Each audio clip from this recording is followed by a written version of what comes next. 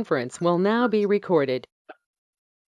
I'm going to read the information regarding this remote electronic public meeting.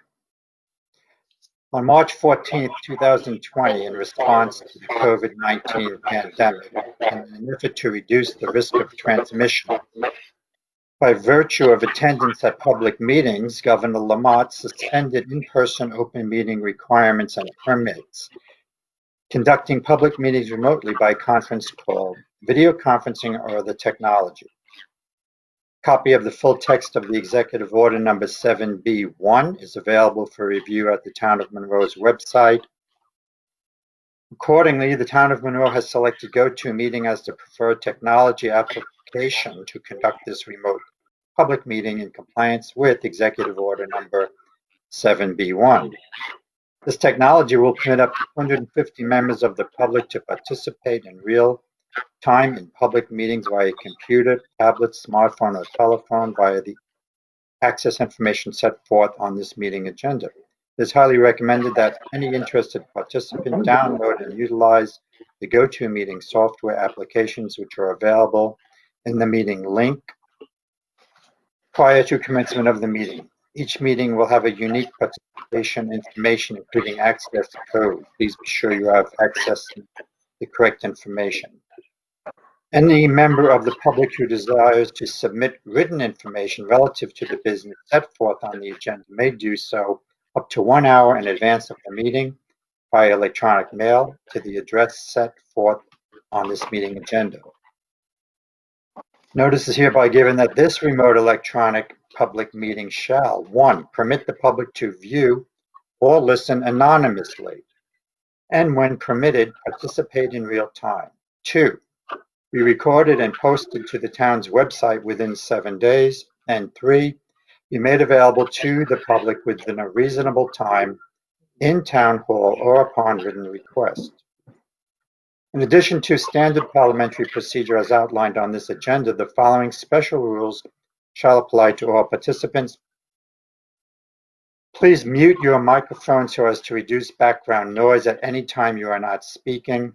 Prior to speaking on each occasion, each speaker clearly state their name and title for the record. The use of the chat feature is prohibited and will not be considered during the meeting if used.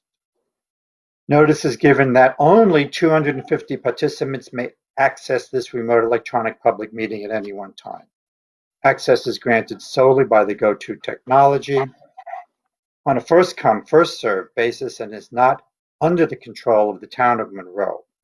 While it is anticipated that this meeting will not go over that limit, if such shall occur, this meeting will be adjourned and continued at a later date using an appropriate technology to ensure all members of the public may participate. All right, well, I'd like to call this meeting to order and call the roll, starting with Commissioner Ambrosi. Ambrosi here. Maini? Maini is absent. Condon? Condon here. Westland? Westland here. Schneider? Schneider here. Panachia? O'Reilly here. Staff? Schultz? Present. Agresta? Present. Gottsline? Present. Antois? Here, present. Stroud? Here. Thank you. Next, we will have general public participation. Are there any members of the public that would like to participate in a general nature? That is, any comments not pertaining to an application that is presently before the commission or that may become before the commission in the near future? Yes. Can you please state your name and address for the record. My name is Anthony Smith, and I am the resident that lives on 68 Garter Road. Didn't get your name. I'm sorry, it's Anthony Smith. Smith, okay. And that's 68. Correct. So these comments are not going to be pertaining to an application that's before us. So at this point, you cannot talk about 54 Gardner Road. But you'll have an opportunity later in the meeting if that's what you wish to do. Yes, I apologize. I thought that was what that was for, so I'll wait till later. Okay. So are there any other general public, is there any other general public participation? All right, hearing none, then we'll go on to item 4 on the agenda, public hearings. Mr. Can I- Chairman, Yes? I know we talked about it before the meeting started, but did we officially seat Dom and Rob? Sarah, did we officially seat Don and Rob? I don't Well, still let's recall. do it now. Okay. That's fine. You just have to acknowledge that. Okay, great. Don and Rob, you're now seated. Got it. Now moving along to public hearings. Item number 4 on the agenda, we have one public hearing. SRA 2020-01, file number 102N, 54 Gardner Road, scenic road alteration in an RF1 district. This is an application for scenic road alteration to construct a new detached single-family residence and associated residential accessory site improvements. Danielle Santos is the owner applicant. Will, do we have any exhibits? Oh, before we, yeah. Shoot. Before we do that, I want to acknowledge that there was a legal notice published in the newspaper twice as required under statute. In addition to that, the legal notice, a copy of legal notice was more recently mailed to the abutters within 100 feet, alerting them of the rescheduling of this meeting till tonight. As far as exhibits go, we have the application, we have project narrative, we have a series of site plans, a series of site photos, we have a June 25th, 2020 updated project narrative, we have a June 30th, 2020 updated project narrative response to staff comments, we have staff comments from planning and zoning from myself, and we have staff comments from the town engineer. That's our exhibits. Okay, I just want to go over the ground rules for a virtual public hearing. Okay, I will invite the applicant to present his application to the members. At that point, once he is finished, I will ask members of the audience if they have any general comments. I will then ask members of the audience if they have any comments in favor of this application. I will then ask members of the audience if they have any comments opposed to this application. I will then invite each member by name for discussion. After all members have had the opportunity to speak for the first time, I will repeat the invitation to each member until there is no further comment. Upon conclusion of the discussion, the applicant will have the final opportunity to speak. So I believe we do have a representative of the applicant who is ready to speak. Is that correct? Michael? Yes, good Okay. evening, Commissioner and the Planning and Zoning Commission. My name is Michael Chesnowski of Jan's Land Developers in Monroe. And we represent the owner of the property, Danielle DeSantos. And we will continue with the narrative. But first, I have a couple of questions. I am going off of the revised 6/30/2020 revised narrative. Do you have, everybody has that? That was circulated to everybody yesterday, I believe. Okay, good.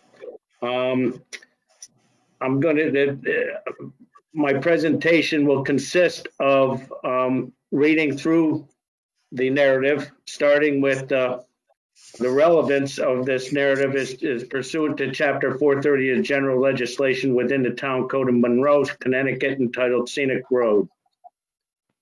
The focus of this project narrative is pursuant also to Chapter 430-5, entitled Alterations or Improvements. The project itself is subjugated by Chapter 430-5, Section G, entitled Rights of Landowners.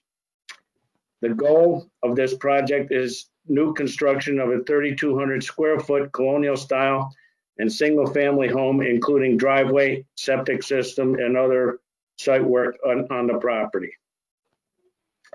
I'm going to go into the lot description for 54 Garter Road. It is an existing approved building lot located at 54 Garter Road. It's a wooded roadside 1 acre lot on the scenic road with the west branch of the Pequannock, within the west branch of the Pequannock watershed, abutted by non-tidal wetlands in the town of Monroe in Fairfield County.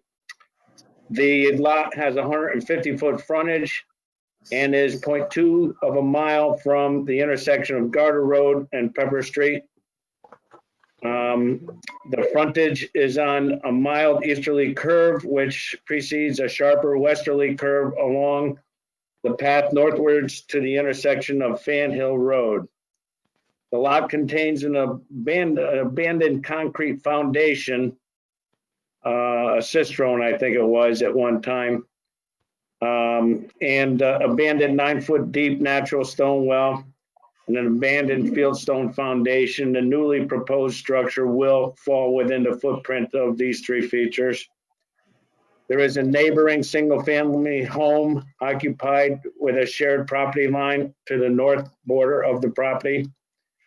There is a neighboring single-family occupied home on the south border of the lot with access to Jockey Hollow Road. There is an unoccupied land belonging to the town of Monroe and shared property line on the eastern border of the lot. All properties fall within the west branch of the Pequannock watershed. The lot itself, as well as the southern eastern bordering properties, contain marked interconnected protected wetland areas. The neighboring Garter Road properties within view of the lot are all serviced by overhead utility wires connecting from the structures to pole number 4209, which is northwest of the corner of 54 Garter Road. Access to the lot is given by a receded, overgrown natural driveway blocked by 10-foot chain link fence gate roughly 10 feet back from the roadside. There are many mature trees and overgrowth of vegetation within the lot itself. There's also several mature ash trees infected with the emerald ash borer, which is, as you guys would know, everybody would know that it's destroying all the ash trees in the area. They're in degradation. However, they fall within the right of way of the town easement situated along the roadside. Therefore, the infected ash trees may be subject to for removal, if so deemed by the town. And the objective falls within the town's maintenance regulation pursuant to Chapter 430-5, Section B. The landowner also has the right to remove any infected trees pursuant to Chapter 430-5, Section G.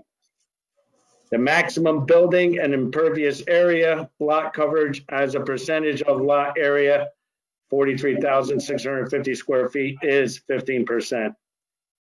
Garage doors will be located on the side of the proposed new home construction to increase a positive aesthetic view. And as you know, it was previously approved for garage by wetlands for the garage doors to be on the front of the house. And we've had that, was not aesthetically pleasing to me, or I thought it would not be to anybody else. Therefore, we had designed it to have the access and garage doors to the right of the house and the driveway going into the right. The purpose of the alteration, our goal is to perform the necessary site work in the right of way in order to enter into the lot to develop the property and build a new home.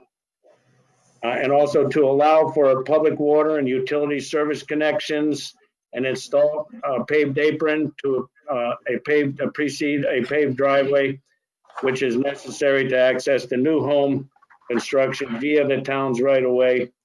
The right-of-way will be cleared to produce regulation sightlines of 250 feet in each direction from the 10 to 15 feet from the curb line or the gutter line into the driveway. This is deemed appropriate pursuant to Chapter 430-5, Section G, subsection B. Implementations. Use standard wetland mitigation and preservation methods in compliance with the inland wetland regulations and the approval dated 11/23/2015. Limit impervious structures to a minimum, impose a minimal impact on existing grounds and vegetation. The recommendations on advice from the tree warden, which we met out there on the site, Officer Dave Solik. He recommended that all trees, briars, and brush be cleared from the roadside right of way. Most trees are suffering from disease, and a lot of trees are dead. Any healthy trees that exist would be detrimental to the sightline requirements for the proposed driveway. Contact was made with Chris Nowacki, Senior Director for Public Works of Monroe. Regarding the removal of stumps after clearing has occurred.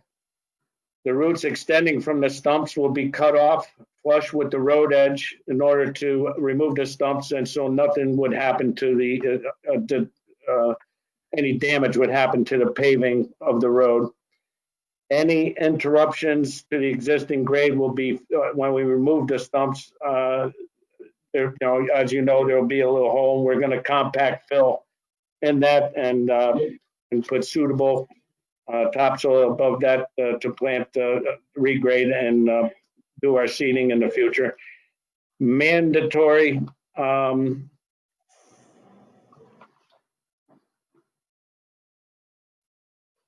number 3. Mandatory stabilization on the right-of-way will be performed immediately upon the completion of any roadside disturbance. So if you're familiar with my the way I proceed with construction, I always like stabilizing grades, with proper seed and mulching along my road construction work all the time. I just don't want any erosion happening, at least to the best of my ability. So that's why we always try to stabilize our right-of-ways, especially around the road. The director also recommended that only one permit be needed to obtain to cover all the work within the right-of-way, except for the water service line installation, which has to happen. Previously, I thought there was a curb shut off in there, but I found out it is not. It is the adjoining property owner to the north. It's his shut off. It is very close to our property line, but it does not interfere with our property of 54 Garter Road. The necessary permit is in the process for the work to be done on the right of way for tree clearing and grading anyway. It is in process. It has been filed. We have obtained the permit from Public Works, and we have it in our possession. It is also recommended that the current $12,000 wetland bond be sufficient to cover the right-of-way alterations, or whatever way the town works it out. Once the wetland bond is released, it can be also reassigned to the planning and zoning to the town's right-of-way if the right-of-way is still not stabilized. Additionally, the water service line will be completed by a licensed and bonded installer, of which is responsible for obtaining that public works permit and bonding prior to construction of opening up the road and the necessary construction to perform the lateral that we need to service the lot. A recommendation for utilization of pole 4209 rather than pole 1409 would be far less of a negative aesthetic in regards to the scenic nature of the road. This would require the approval of the commission as the pole is located on the opposite side of the property and would require an aerial service line to be installed. If we have a map, I'd like to point out the poles to the commission. Can we have a site plan shown here? It would be S1 of the plans that were submitted with the application. S1, I think we can go up there. Okay, that's good. Back it down a little bit. Okay, so pole 4209, which the adjoining lot owner to the north, which does anybody see my arrow? No, we can't see your out. Georgia, can you blow up the part that's that primary envelope right there where the house and that development is? Can you blow that section up? Sure, let me, hang on one second. Oh, I see George's. Georgia, is that your arrow? Okay. Yeah. If you All can right, center that a that's little good. bit. I think that's sufficient. And Georgia, if you can point to, if you can see it, it's up by the word road on the north side of the word road. 4209 pole. Yeah, right around, it's a Yeah. little south of that. That label's, yeah, that label. Right there. Okay. The adjoining property owner to the right, I think is number 68. His overhead service goes to that pole. The property across the street, which is 65 Garter, also goes to that pole. And we intend to, after meeting with the Source company, he deems that that is the proper way to go also to that pole, with a mid-split about 15 feet off that pole so it does not cross over the adjoining property corner. And the meter for that service would be on the right side of this house. Georgia, if you can go down to the corner of the house on the northwest corner here. Nobody can see my arrow. The corner that meets the garage, the driveway. No, the opposite corner. Well, that would be the, oh, right in looking at it this way. Yeah, right there. Okay, so that the meter would be on the right side of the house there. As I'm looking at it on the right, from the road, it would be the left. And how do you avoid the corner of the nut lot? Well, it's like both those houses don't go directly to the pole. They call it a mid split, where they can tap into the power lines 5, 10 feet, 15, 20 feet off the pole, whatever they need. So they do not cross or in excess distance, or they do not cross over any property lines. And why is that better than pole 1904? 1904, if you can go to 1904 with the arrow, Georgia. Just below the driveway, Georgia? Yeah.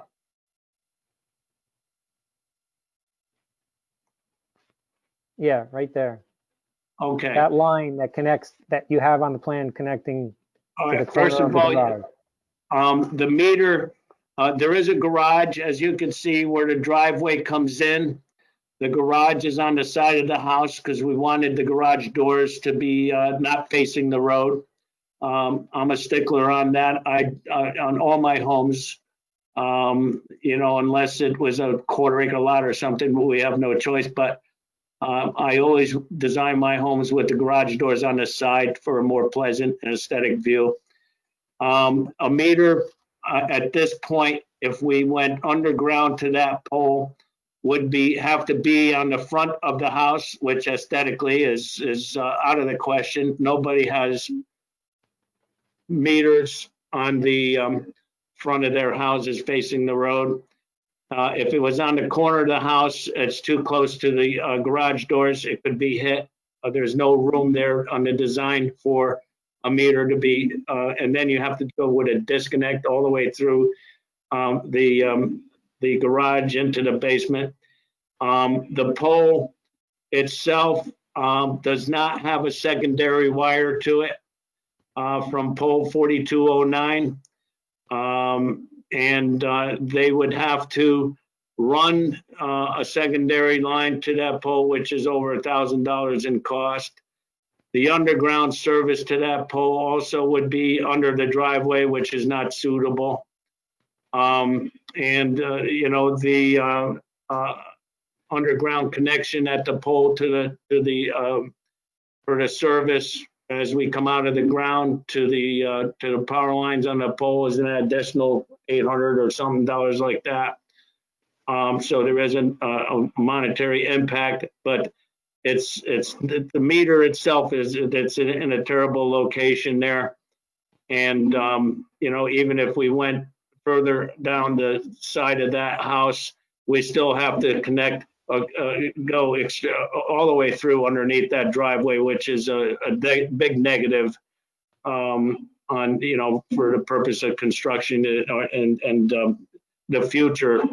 If there's problems with the power line or the conduit or something like that, you got to rip up your driveway. And If you have a condo, why would you have to rip it up if you have a condo? Well, so I've had conduits cracked too, Yeah. along the way we've always had problems with conduit. Not always, but it does happen. And but if the other lots are serviced by overhead, I feel that this should be the most suitable way to do it as well. And the meters on the other side, there's no extra cost. It's still aesthetically pleasing. I know the regulations state for underground service on new developments and new construction where possible, but we're asking the commission to discuss this and hopefully get an approval on that. Mike, when you said the other pole, with the overhead pole to the north, and you would be connecting the line within the line, so you're not creating a new line crossing Garter Road, correct? No, we're not. If we had to create a new pole on Garter Road, on our side of the road. Not a new pole. If you're connect the way you want to that northern pole, the 4209. yeah, you're connecting not to the pole directly, you're connecting somewhere on a line that's already crossing Garter Road? Yeah, 20 feet off the pole is, no, we don't have to add a new line. That's what I'm saying. You're connecting somewhere in the line that's crossing the road already. There is no line, there's no line crossing the road. Oh, I thought you said it was connecting to your neighbor. Yeah, the neighbors both connect to that pole off the pole. So we would be the same way. Yeah, but are they connected on the north side or the west side of Garter Road or on your side of Garter Road? It will be connecting on the opposite side of Garter Road. So it would cross the road just like 68 Garter Road does. Well, I know that, but you would have a new line from 4029 pole crossing Garter to your new house.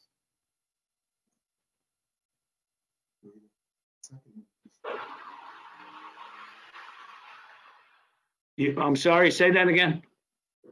I'm trying to establish, you said something about connecting midway into the line. What do you mean by that? Well, it's like 68 Garter Road is connected probably around 15 feet off the pole. They don't necessarily go right to the pole, okay?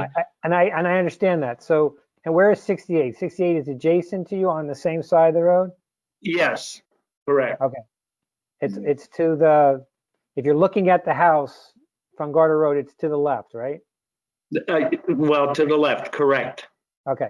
So there is a wire from 4029 pole crossing Garter Road going to 68, correct? That is correct. And your plan is to connect your wire somewhere along that wire that's crossing Garter Road. No. The wire that goes from 4209 to 1409, they will connect to that, not to that wire. I get it. They won't connect into that wire. They will go to that wire and then follow that wire back to the pole where the transformer is. Okay, I get it now. But the point is, you're connecting to a wire that is already crossing Garter Road. It may get a little bulkier, but that's going to be hard to tell because you're going to double the line or whatever, right?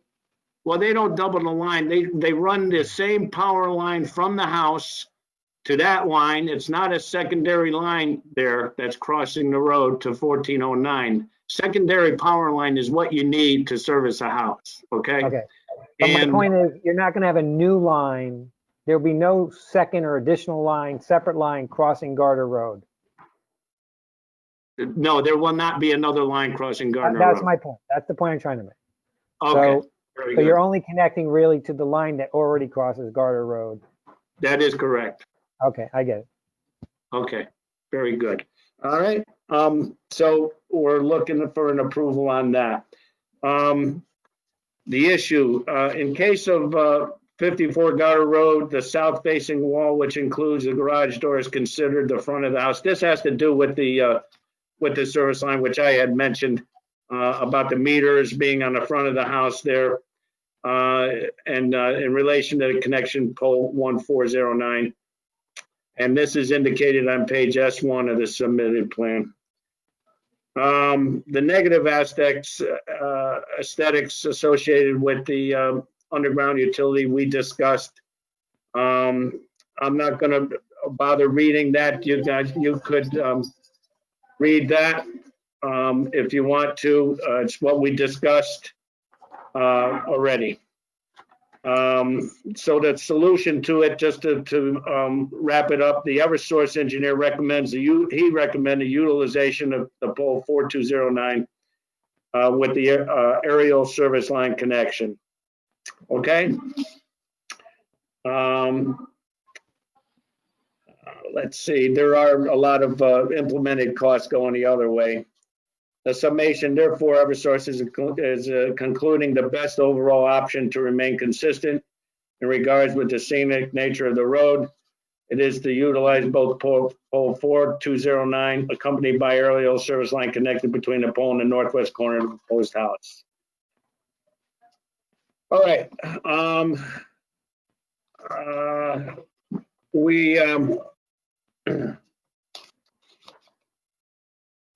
We can go into the goals.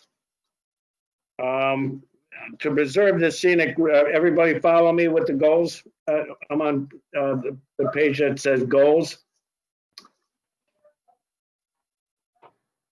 Keep going, Mike.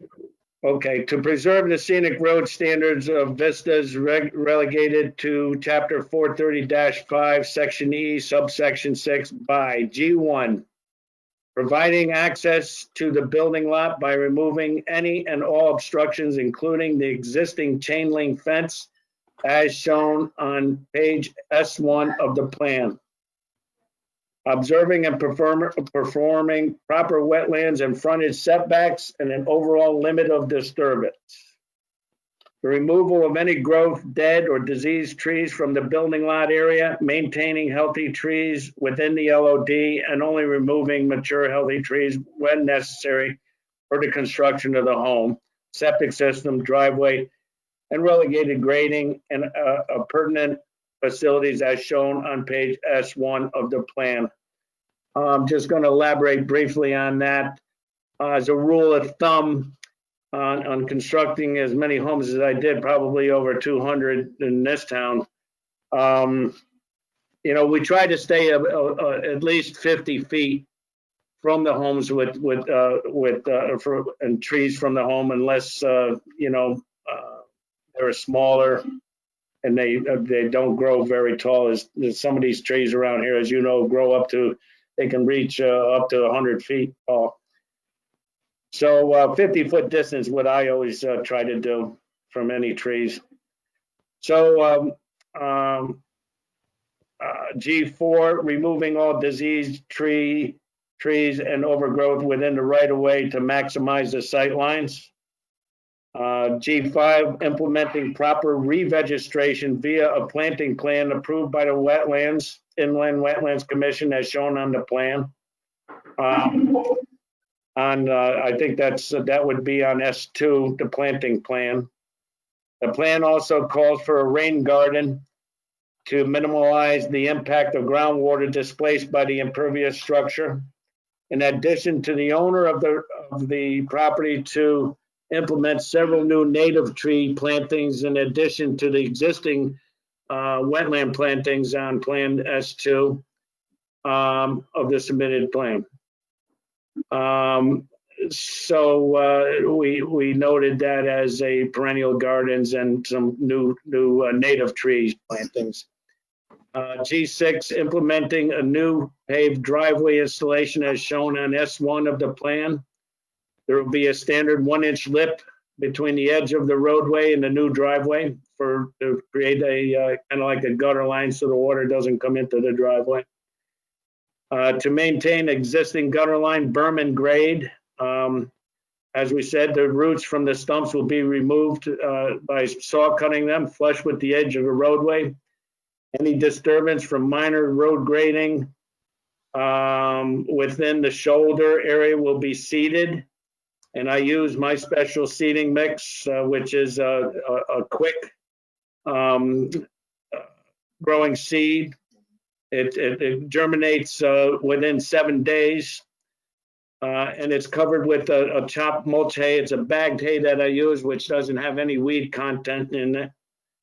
And this bagged mulch hay that we use these days, I've seen it's just amazing how it retains, holds the grades back securely with heavy rains. The seed specifications will include the quick germinating landscapers and contractor seed mixes. G8, to maintain stringent placement of the structures in accordance with the sideline property lines and both frontage and wetland setbacks as shown in S1 of the plan.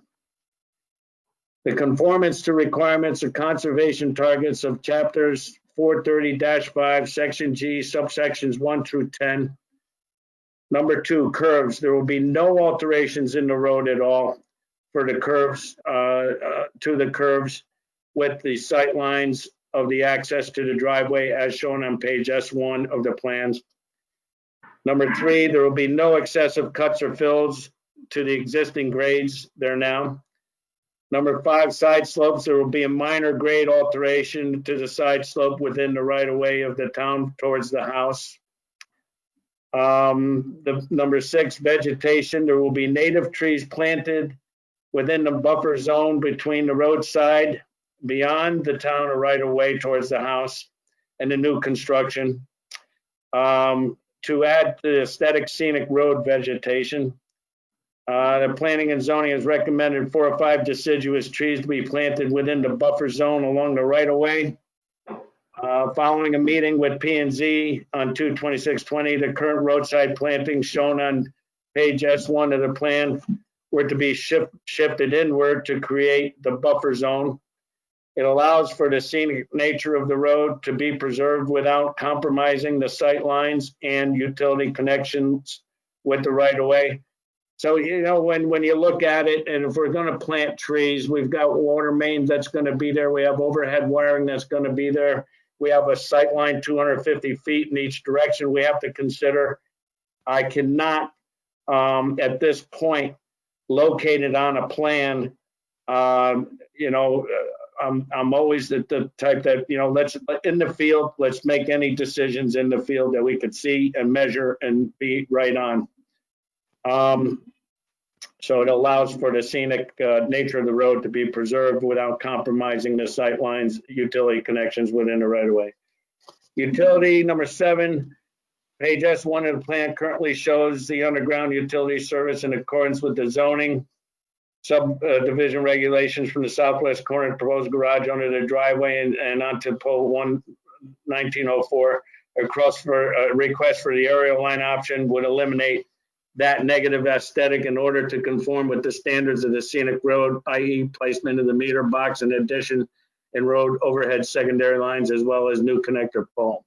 Number 10, non-scenic activities and structures. There will be no unnecessary non-scenic stockpiles or refuse collections. All temporary stockpiles will conform to the Inland Wetlands Commission standards and regulations and will be removed or spread out prior to seeding.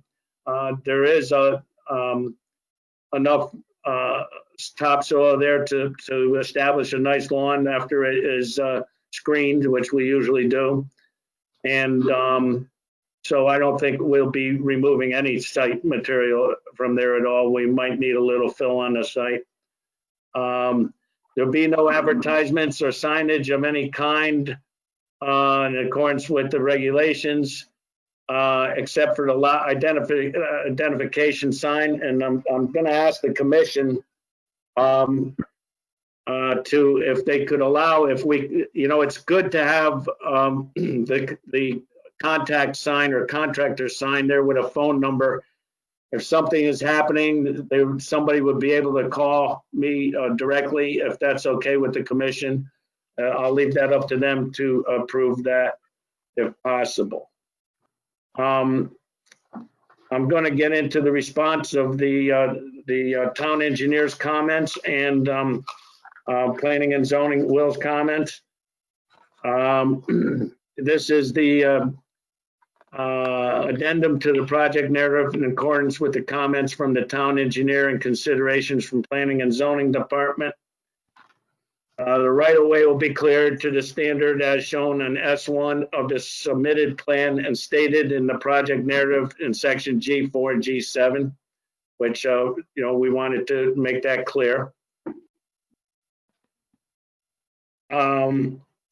This 1B, this comment appropriating low height plantings in the ROA seems to conflict with the planning and zoning considerations item 3, which recommends deciduous trees to be planted in and along the ROA towards the house line, the street line. We call that the street line, which is the backside of the right of way. If I'm correct on that, Scott Wood can correct me if I'm wrong. According to number 6, in the conformance of the requirements section of the project narrative, any trees placed within the right of way will compromise sight lines and utility installation. 1C, the submitted plans indicate the installation of the paved apron and the asphalt driveway and their relevance to the town's right of way is shown in S1 of the plans. This is also addressed in the project narrative goals under section G6. The submitted plan indicates an underground utility is shown in S1, which conforms to the zoning regulations, subdivision regulations, but also proves to be a negative aesthetic in conformance with the standard scenic road. Meeting was held with Eversource. We discussed this earlier in my presentation. The resolution, as you know, is what we discussed, and we're looking for the planning and zoning approval on that. And 1E, the removal of the chain link fence is stated in the narrative goals. Obviously, we will not be leaving that on site. A narrative goals section G1. The removal is also inferred as the apron and future driveway will cross its location as shown on page S1. The apron is shown from the road to be paved, and there is on the plan, if we really look for it and zoom in on it, It shows Right above the garage, Georgia? in front of the garage. It does say, I'm gonna look at the plan myself. It Says does asphalt say drive. asphalt drive. There's no arrow. It probably was forgotten, but it does say asphalt driveway or drive. It's on the other plan, Georgia. It's the one above it. Yeah, right there in the middle, in Yeah, the curve of the driveway. yeah, Yep. right there. And if you go to the beginning of the driveway at the road, there's an arrow almost to the center of the driveway with a notation above that. It says, provide 1-inch lip driveway apron. So when lip means asphalt, paved apron. 1F. The removal of trees within the town right of way is shown and noted on the plan S1 of the submitted plan.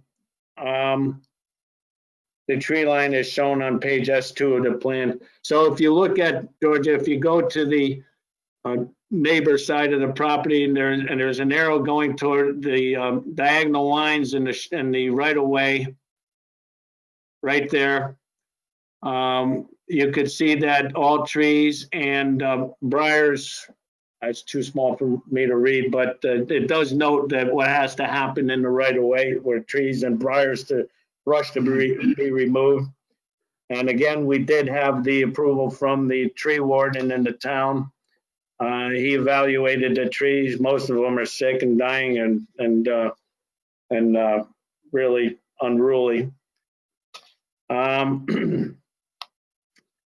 B, the original wetlands approval from 8/11/15 shows the driveway apron located 20 feet to the north of its current proposed position on this plan. So originally, the driveway, the garage, as I said in the beginning, went from the front jogging out closest to the road. That would be the garage. You got your arrow going right to it, yeah. The original wetland approval showed a straight driveway going right to the road from there, in which we moved it over 20 feet to the south to obtain a better sight line of 250 feet. And if you go to the beginning of the driveway, Georgia, on the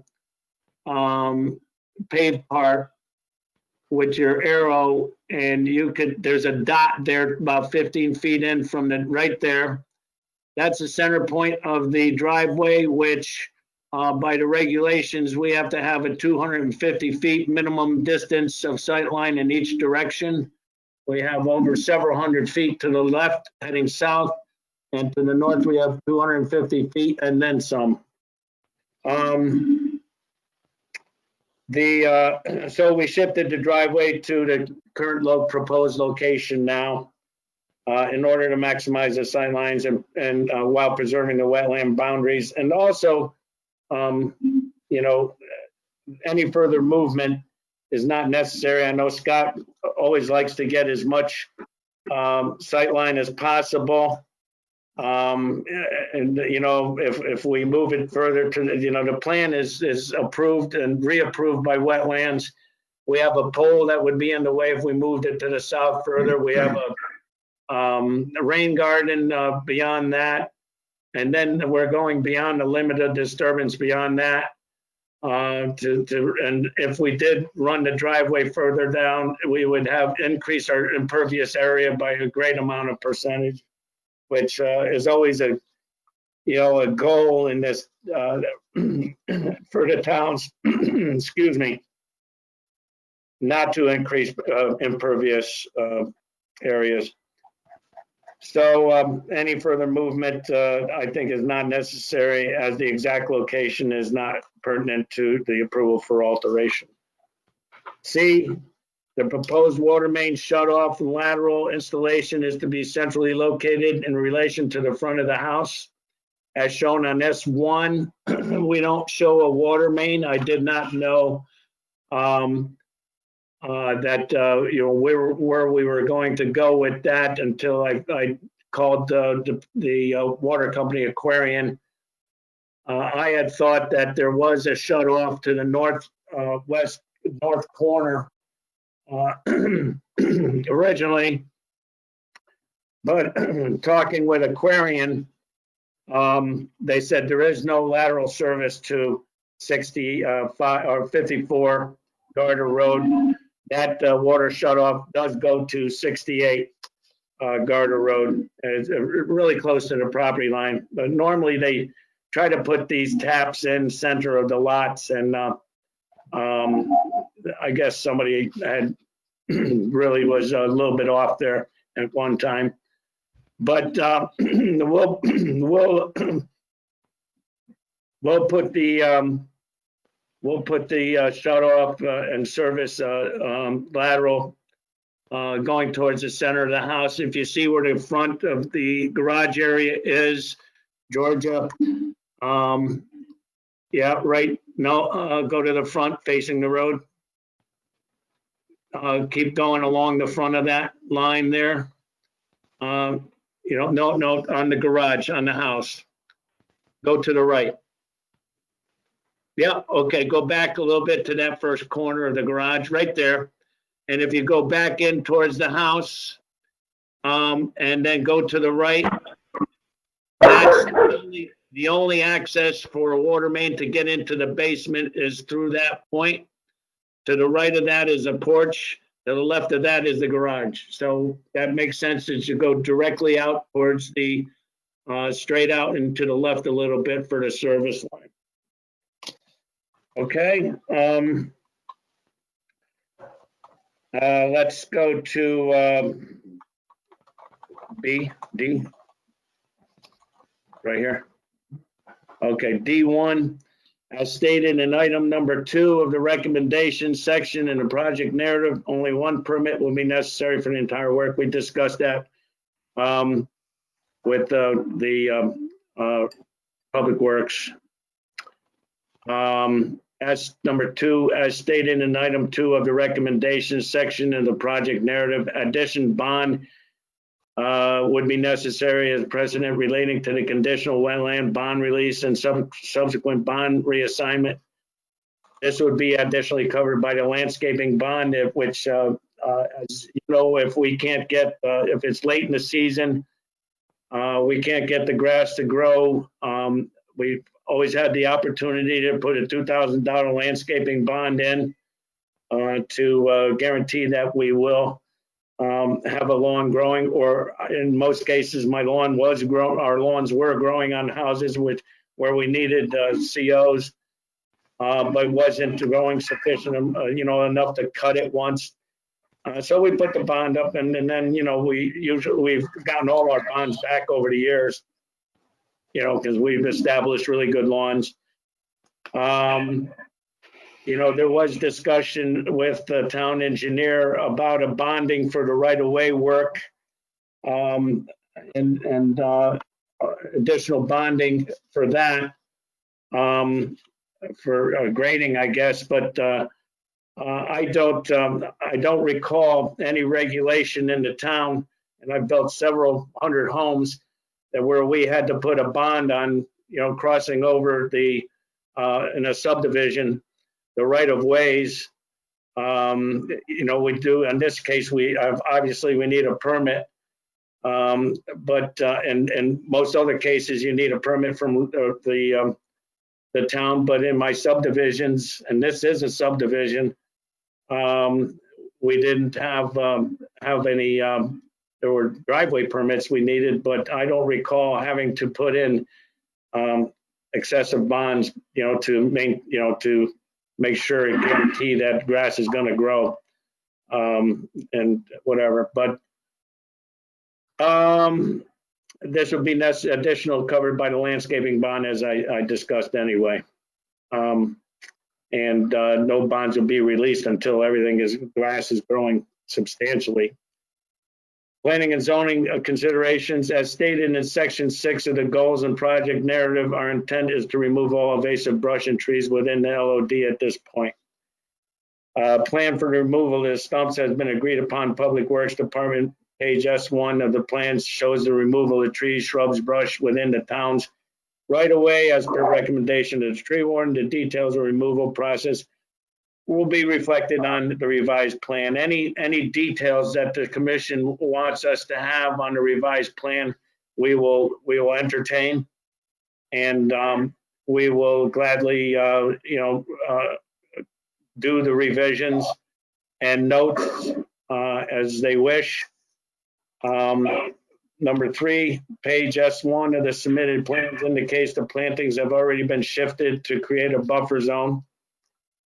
As per the request of the planning and zoning on 2/26/20, the plantings within the buffer zone are further addressed as item 6 of the project narrative, conformance with the requirements section. And on the S2 of the plans, number 4, many of the perennials specified in S2, and I'm just going to elaborate on that before I continue with that. I'm a nut for perennials, especially flowering perennials.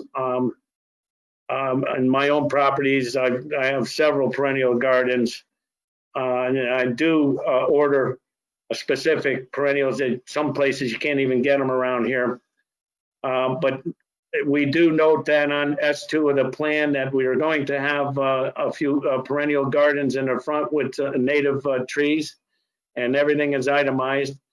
It was planning and zoning's concern to do 3-gallon containers. The perennials that I usually get, they're in 1 gallon, but we will be grouping them in 3s, which has a better growth and spread that way.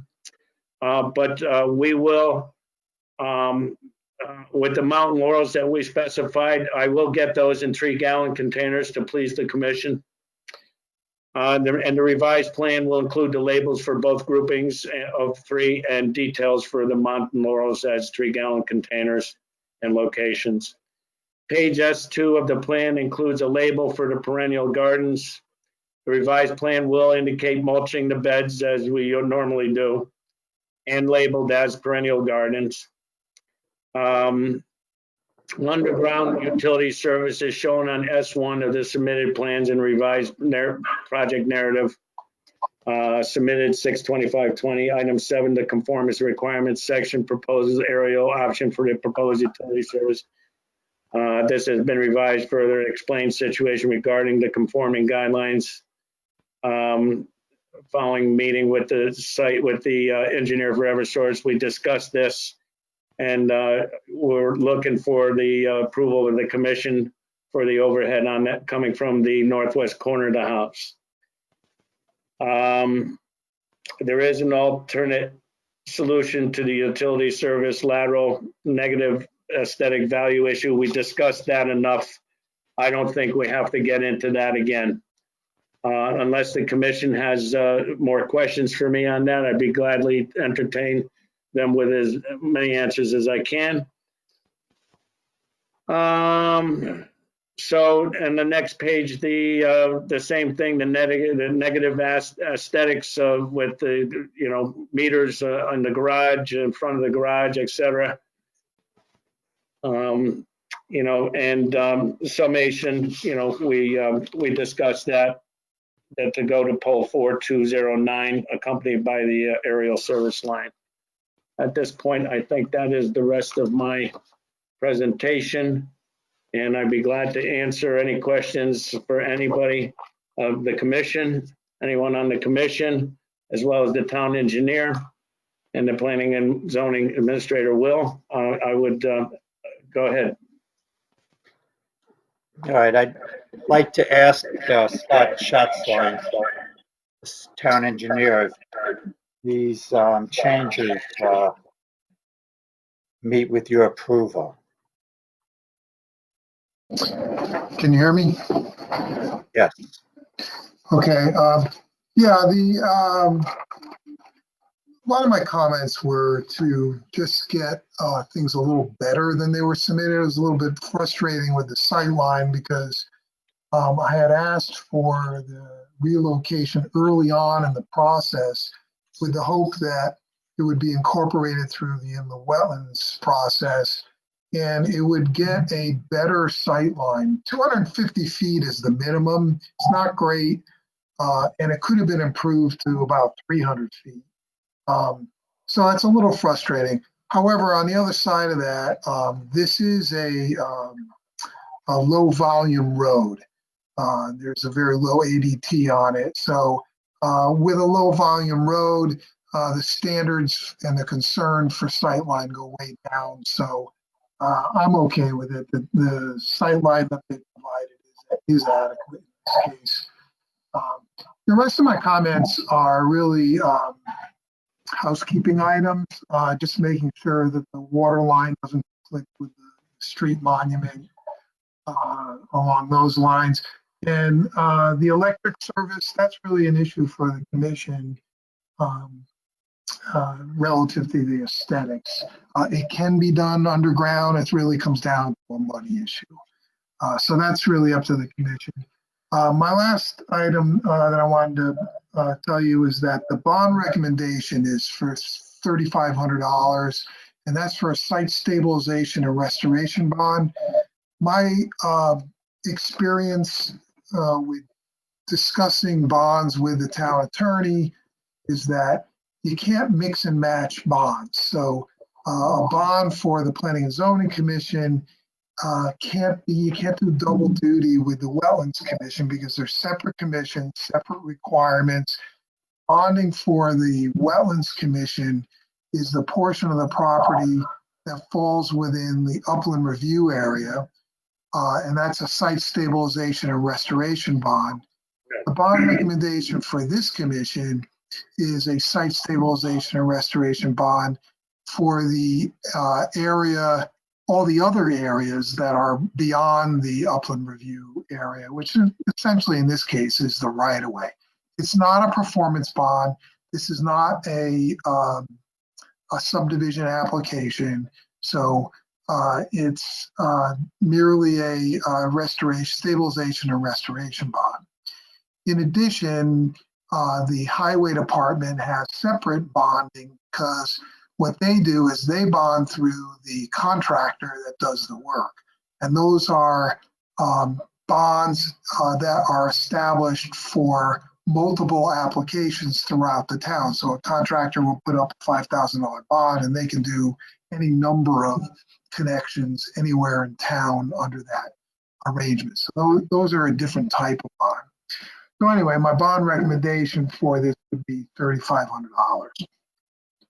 I did not get a bond estimate from the applicant, so I had to go ahead and just throw together some numbers on my own for that. Okay, thank you. I'd like to next ask Mr. Gresta. Well, Mike, is he in agreement to do this $3,500 bond? You know something,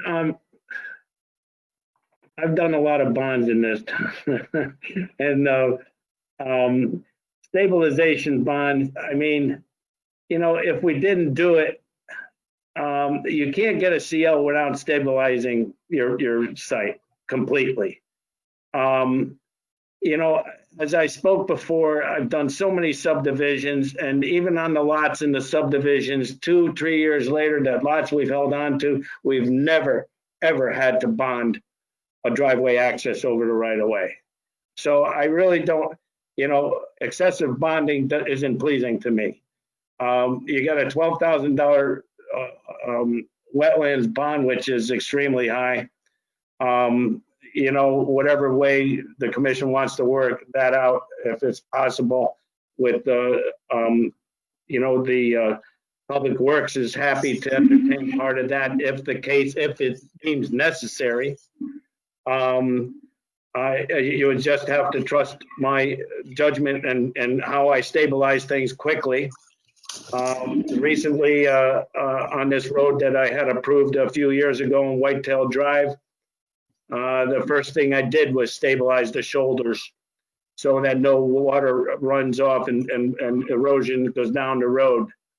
And, you know, so, you know, whether you bond it or not, you know, it's going to be done And the last thing I want is mud going down the road, which I've seen in many other developments in the area, but not mine. I'm really a stickler on erosion control and especially stabilizing shoulders.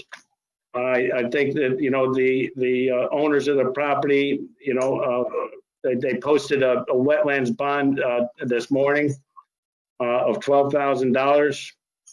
I think that was high anyway, but that's the way it is, and you have to deal with it. Like again, I said that, you know, so many lots I've developed in this town, we've never had to go back and do,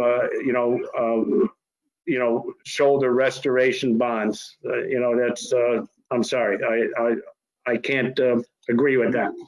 But it's up to the commission to decide and approve whatever way they deem necessary. How many trees do you plan on taking down in front of this property? You know, I didn't count them, but Not there's clear. you know, you could drive by there and look at it. There's a lot of dead stuff. There's a lot of gnarly stuff. There's briars, there's brush. It's a mess in there. So you said that Dave Solik told you that a lot of those trees were infected? Yes, we inspected this way back before any, buds were growing on the trees, and you know, you really can get a good view and look at the bark on the trees that are diseased, and it was his opinion to take them out. And how many trees do you plan on taking out there, Mike? Do you know? I'm sorry? How many trees do you plan on taking out of there? Out of the right of way? Well, Yeah, well, out of the front of that house. on the house lot? Yeah, on the lot itself. Well, I don't know. We didn't count the trees. You know, the lot is full of briars and brush. I mean, you can't even walk through there. In order to the sequence of clearing, we have to bring a brush hog in and cut all the brush down first, just to be able to see the trees, which are good, which are healthy, which ones can we save. I can't determine that yet. On the shoulder, every tree that's adjacent to the road has to come out. I mean, that's a safety thing, and Scott would agree with me on that. Cars could hit those trees. I mean, they are right there. And No, I have that. I know, I got all that, and I understand the way that you work, but we need some kind of a bond. well, that's up to the commission to discuss. Cutting the trees on the lot we never bond that, type of thing. Well, no, but you're talking about along the road. Whether it's on the road or on the lot, doesn't matter. We got to cut them down anyway. So, I mean, you can't, we're not bonding tree cutting. If you're approving a bond, you'll be bonding grading and seeding. That's what you would be doing, because at this point, we can't tell if we're going to put any trees within the designated sight line for 250 feet each way, and overhead lines or underground utilities and water or electric, whatever way it goes. I know that, but you don't even have a plan on what trees you're gonna put where. You don't have any of that. We do So how are you gonna work all that out? On S2, you would see the plans. Now let's go to I S2. understand that. You said that you didn't know if those trees were gonna stay there until you figured out how it looked, Well, right? Didn't you just say that? well, the new plantings are designated here on the front of the house, and you also have wetland plantings to the south of that as well. No, and I see that. bushes and trees. But when in clearing the lot, you have to clear for the septic system, you have to clear for the driveway, you have to clear for the house and 50 feet around it. Primarily, all the trees within the limit of disturbance may come down along the property line to the rear of the house. If there's trees there, we'll try to save them. I know there are neighbors there, and they would like trees there on a buffer. Right. But if it's within 50 feet of the house, they should come down. And in the future, there is also you can see there's a plan for a pool. And you know what?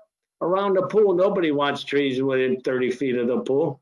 And so for the plan is at this point to remove the trees within the limits of the disturbance and the chosen few along the north property line neighboring 68 Garter Road. And that we can determine in the field. And that's it. And You know, so, the rest of and them in so the are you gonna be able to work this out with the town, like with the staff, or no? I always work with the staff. No, I understand that, but are you willing to come to an agreement with Will's comments here about your plantings and where you're gonna put the trees? Are you willing to do that, or? Oh yeah, I always, Because- you know, Well, I wanted. don't, we can't approve something unless I'm sure that you're willing to work with the staff on this. Of course, I'm willing to work. Will wanted us to put in a few nice plantings and a few nice native trees there in the front, and we did. And we went back and forth with Will three or four times on things on the plan to be changed. And I will continue to do that always. I always work with the town. I'm not here to be negative with the town for sure. And, you know, because I'm always building in the town and I intend to keep building, and my son hopefully will take over right now in the near future. But, and he's with me now as we sit here and discuss this. And, you know, I'm sure the town departments in the town can verify that I've always worked with them, and I intend to continue with that. So if Will, at the time, he wants more plantings, we're willing to do that. Where they're gonna go at this point, let's make them strategically pleasant and not interfering with utilities and sight lines. That's all I'm having to say. And a lot of that happens in the field. And, you know, what we can do though, is on a revised plan and with the conditions, we will show a proposed location. I think, how many trees did you want there, Will? 5 or 6 deciduous trees? Yeah, 3 or 4. You know, Yeah. scattered along the right of way line towards the house. I don't think it would be good to plant them towards the road because in the town, in the subdivisions now, our trees are planted 12 feet back, 2 feet behind the street line, which is usually 10 feet or 11 feet off the curb. That way the town doesn't want to maintain trees in the shoulder. And they want, you know, for safety reasons, they don't want the cars to hit them as well.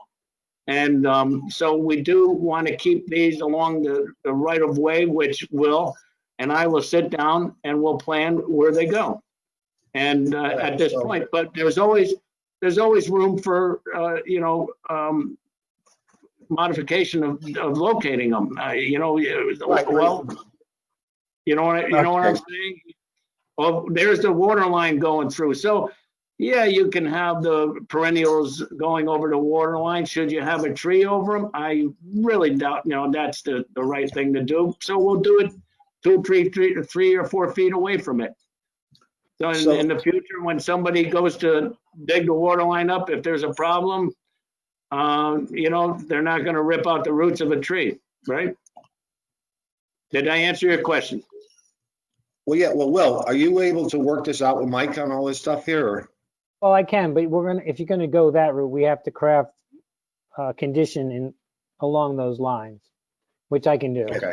And right. I just want to emphasize with regards to the street, obviously, one of the parts of the scenic quality of this road is the fact that there's a large number of trees in the right of way, which kind of narrow down the path. And although they may be dangerous, it's mostly dangerous because people drive too fast, not because there's a tree there. And it's part of the scenic quality. I realize, I understand that there's a lot of dead and briars and difficulty things in this right of way, and it's not inappropriate to take that away, but my comment is to try to put some of that a little bit back, and it would be along the street line. It certainly wouldn't be in the right of way. So, and I can work with Mike, and we can come up with a condition that would address those factors to have sort of a plan going forward, and that it could be adjusted in the field as we get into clearing out the lot. And that's with us communicating during that process. Okay, Will, do you have any other concerns at this point before Yeah, we go so- to the Sure. audience? So that addressed that. The one concern I do have is my comment number 2 is in recognition that all the trees in the right of way are coming out, and there are some trees that are very close to the road. There's obviously a concern, and I know Mike has this concern, and I'm sure DPW has this concern, is that, you know, those things being very close to the pavement, we don't want to do anything to undermine the road. But we also don't want to see stumps left in the right of way. So part of my comment number 2 was to come up with the specific measures so it's clear how the stumps are going to be eliminated. So that's not part of the visual experience along the right of way, because I'm sure the property owner doesn't want that either. So I don't know what more, Mike, if you put any thought to that, but that's one of the things that I think we need to address more specifically. Do you want me to address it now, or do you wait? Just let me finish a couple seconds because I'm almost done. Number 3 we talked about. Number 4, Mike's going to make those revisions, and I can obviously craft the language to as a condition to fill that out. Underground utilities, I understand a little better. And as Scott said, this is more of probably a money issue of getting it underground. I think long term, it's cheaper having it underground because you don't have to replace it if it goes out. But I appreciate the fact that if he does it overhead, he's connecting to a line that's already crossing the road. We're not having a new line cross the road. There's a little more intrusion with the overhead utilities, but based on that explanation, it's not the end of the world. And again, it does come down to somewhat of a money issue. So go ahead, Mike, you can answer that other question. But with the trees along the road, you know, we can saw cut the roots as we're stumping. If I see where, you know, if there's one or two or several that are, you know, difficult, now I'll call in a stump grinder and let them handle that and get that ground up down below 3-4 inches below grade, and then we'll cover it up with topsoil and seed it, and it should be fine. But you know, primarily, you know, cutting out stumps is you need an experienced operator. I've been doing it all my life. I don't have a problem on you know, being careful with that situation.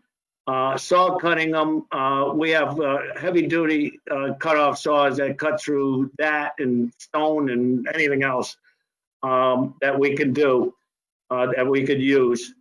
And that we would dig by hand, obviously, if we have to. And, you know, there's not a whole lot of them that are really, you know, impact the at the road edge.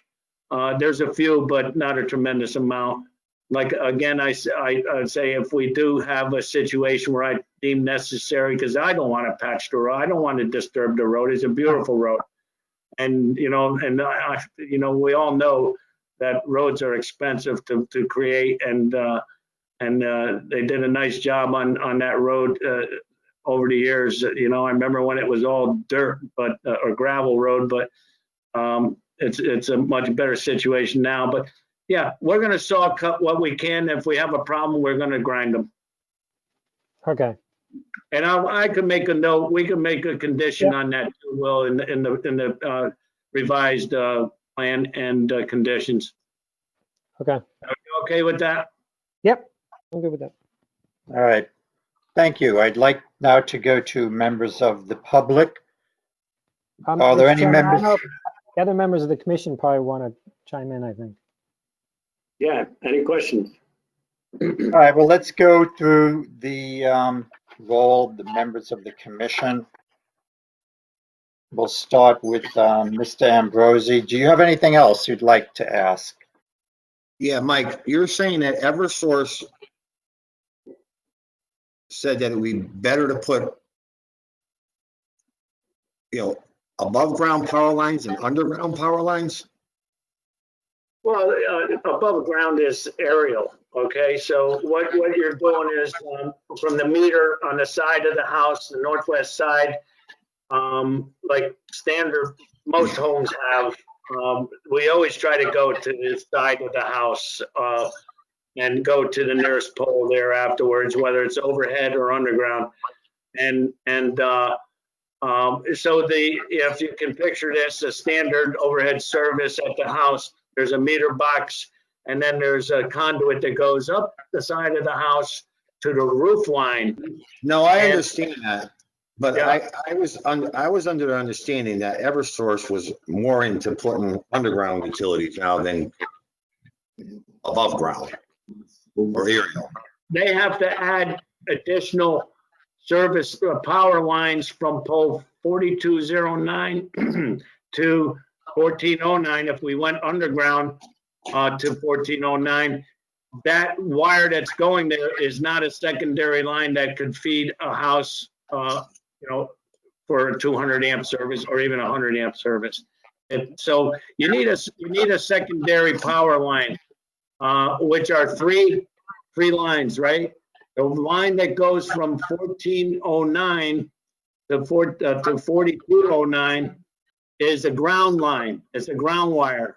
He explained to us. It's not a power line. It's not, so they would have to run a new set of lines from one pole to the other, and they don't really want to do that. It costs them too much money. So that's Okay, why he but said you're it's better to saying- go overhead to the other line, to the other Right, pole. and that power line is on your side of the street, right? You're not going across the street with another line, right? I'm going across the street to the pole 4209 if we can go that way, if the commission allows us to. Yes, but we're not going to, in 1409, which is the left side of the driveway as you're looking at the plan, does not have power to it at this point from Eversource, from the other poles. It has to be installed to that pole. And that's a very expensive situation. For who, Eversource or for you? Eversource and for the owner. All right, because I was under the understanding that I thought that you told Will that that line was on that side of that wasn't going across the road. The service line we're proposing here would go from overhead, just like the neighbors, to pole 4209, 20 feet off. It's a mid tie-in, they call it. So again, my understanding is there's currently a line that stretches from 4029 to 1904. It's a ground line, Will. Just the ground. There's no hot lines with it. So, okay. So again, I'm confused where you would be connecting your line to. Well, we go up to that ground line and they tie it in. They're same three wires that come out of the house, out of the meter, goes up. There's two hot lines and a ground, right? So that goes across the aerial, goes to that ground line that they have 20 feet off the pole, and the wire from the house still continues on to the pole. Okay. Right, so if that 20 feet was like around where if there's a line connecting 4029 to 1904 ground line, that line goes through the word Garter Road, right? Right, just like that, yeah. Somewhere around the O or R, you would tie your line in from the north corner of your house to going to like where the R is. Yeah. And that would then go along then that would go double up it, and that's just a term, along the ground wire to the pole. Right, you got it. So You're right. the only real new line in Central is the connecting line to about the R, and Right. the other one is already there. Yeah, so they just wrap our power lines to the transformer, but they wrap it up against the ground line. So what you Right. see in the scenic road would be the portion from the R south to the property line. That's That would be- correct. That would be the added line. Yeah, yeah. Just like the one next door, they're offset from the pole as well. But they still they have to go to the pole where the transformer is, okay? They can't just tie into the wires there that are coming, down through from pole to pole. So, and as well as the one across the street, 65, he goes to the same pole too, but it's tied in just about 10 feet off the pole, and then it goes to the pole too. But it's all tied into this, wrapped around with the other wires, the ground wire. Leon, do you have any other? No, I'm Leon, do good. you have any other questions? No, I'm good for now. Okay, Mr. Condon, No questions at this time. Mr. Westland. Hi, Mike. Thanks for your very thorough presentation. Covered a lot of ground. I just was interested in finding out what type of new native tree plantings that you were considering. Well, on the S2 plan, I think it's red cedar on the S2 plan, this plan right here. I'm going to open up my own plan and check it out. Are you on the planting? Yeah, can you enlarge in the Plant list. quantities and the plant list there, Georgia? Yep, It's, give me 1 second. Take your time. Bring it back.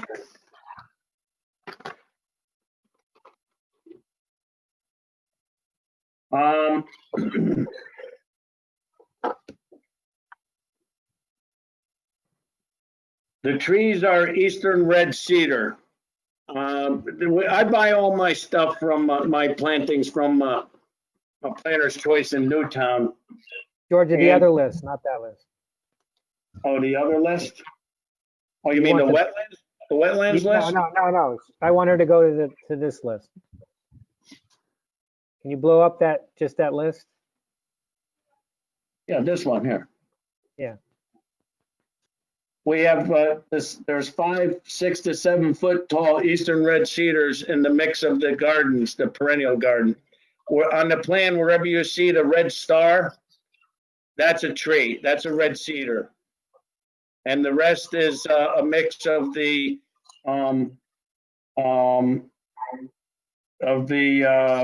rhododendron, not rhododendron, the mountain laurel and the perennials. And obviously, you all realize that perennials, get clipped back in the winter and or very early spring, and they grow back on their own. Right. Whereas the mountain laurel will stay whole, and I've seen them keep their leaves over the winter as well. Kind of like the rhododendrons, Got it. All right. Thanks, Mike. I'm all set.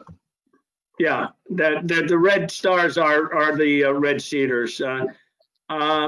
It wasn't myself that chose those cedars. I always rely on Officer Dave Solik for his input on the type of trees. They're native trees, and the native trees survive the best. And trees that are not native, and he chose those. And we went through the book and looked through a lot of them, and the owner's happy with it, and I'm happy. I know Will had questions about it, but if we do some more deciduous trees, I think Will be happy. Okay, Mr. Schneider, do you have any questions? No, you guys took them all. Mr. Panacea, do you have any questions? Yes, I do. Thank you for the presentation, but I still have a few things that I'm confused. You mentioned a revised plan. Are you going to give us a revised plan, or what does that mean? Well, Will, what do you want to do here? You want to revise a few specifications on the plan with more terminology? Well, this is up to the commission. The commission would have to decide whether it has sufficient information to make a decision. Obviously, we won't be doing the decision tonight, but whether if you want to see revised plans before you deliberate or close the hearing, you would have to direct Mike accordingly. The other alternative, if you're satisfied with that it could be worked out as conditions, you could potentially close the hearing, and we could write a draft resolution with those conditions, and then it gets done later. So that's always up to you as to what, whether you feel that there are substantive changes you need to see. So one other item is, you have a plot plan and you know that you're going to need to clear for the house, the sight line for the house, for the driveway, for the pool, and all that. You could very easily come up with a plan that shows trees that have to be removed. So that's one item that you should look at. Shooting in the dark and then just condition, I don't know about that. You're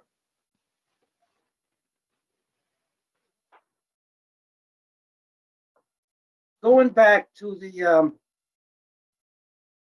power line. Eversource has the service on the other side of the street where your house is. So they're in the middle of the line, they're going to cross and come to your side. At that point, usually either Eversource or whoever puts a pole there, and then from there, at whatever side you want to come in, you usually come in.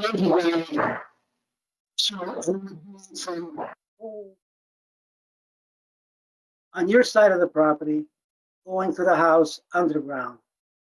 That's more conducive in these times than an overhead line.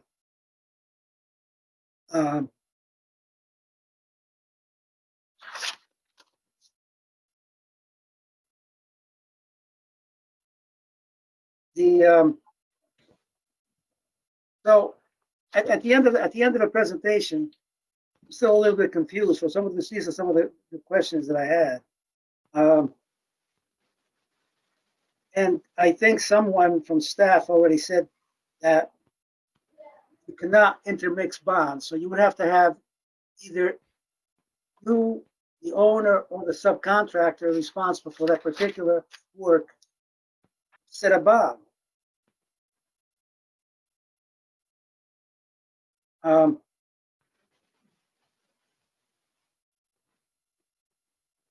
you usually come up, I didn't see it, but do you have an erosion control plan?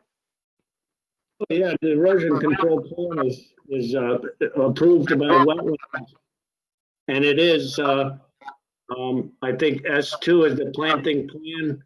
And the erosion control, self-fencing and everything else on it, doesn't it? I'm sorry, I didn't hear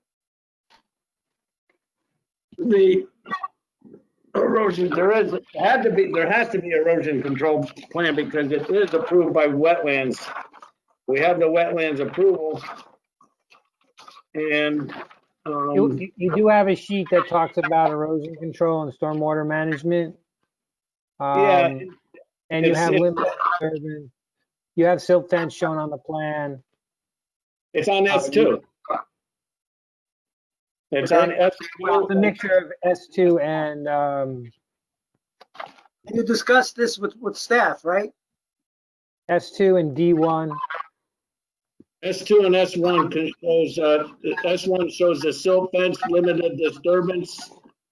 S2 shows this, and also the split rail fence that needs to be done with it, and regulated markers on it. The S2 shows a limited disturbance and silt fencing as well. Right. And So both plans show all the erosion control satisfactory to the commission. That's why they approved it.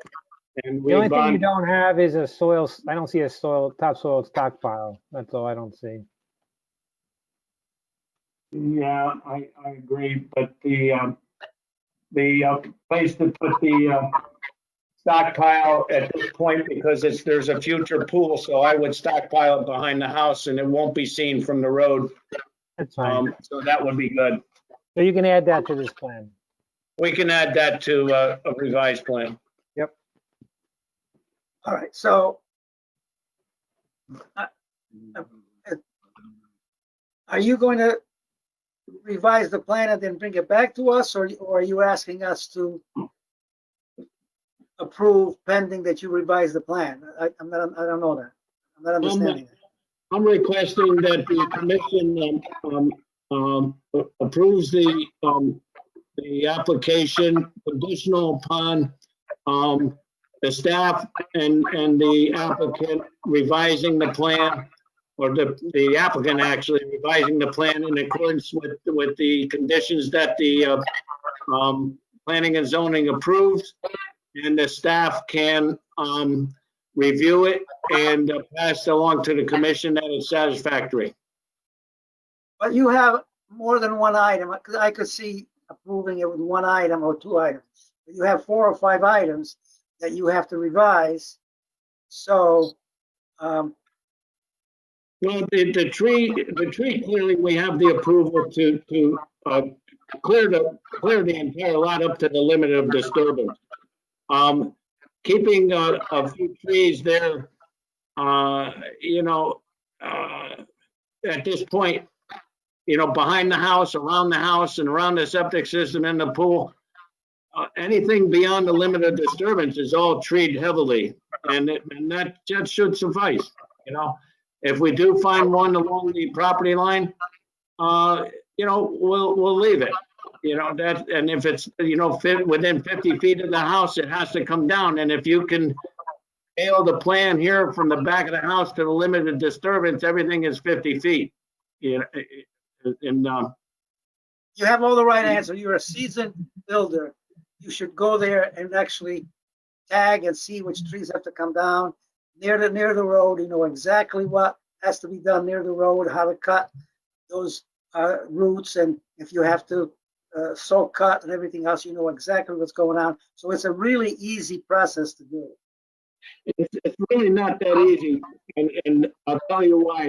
There's so many briars and so thick with poison ivy at this point, a man would get very sick trying to do that. But at this point, we were recommended by the officer, Dave Solik, the tree warden, to remove all the trees in the right of way, not select a few here and there to keep. And I'm going with his recommendation. Well, Mike, you don't anticipate any trees in the right of way are going to be healthy enough to save anyway. It's more likely maybe a tree or two inside the lot, correct? It's not only me, it's Dave Solik. I mean, he's the town tree warden, and he's good at what he says, and I go with his recommendation. Yeah, I appreciate what he has to say, except for in this instance, the Planning and Zoning Commission is the one who decides. No, I understand that, and there isn't any, there are not any trees that I could see that we should save. They're diseased. Some are unruly. It's just it's like that. And by the time we put a driveway in, we put water mains in, and you're going to be ripping roots out too anyway. So, but he suggested that they're diseased, they're sick, they're dying, and none of them have any use, for aesthetics at this point. I mean, I'm going by his recommendation. Again, that's the focus of the right of way. There may be potential some trees inside the lot that you might find saved, maybe not. I know you have to be away from the house. So yeah, there may be, but again, the only way to really get in there healthy wise is to come in with the brush hog and what I met with the tree clearing company, And they would come in and they would mow everything first so we could see what we're doing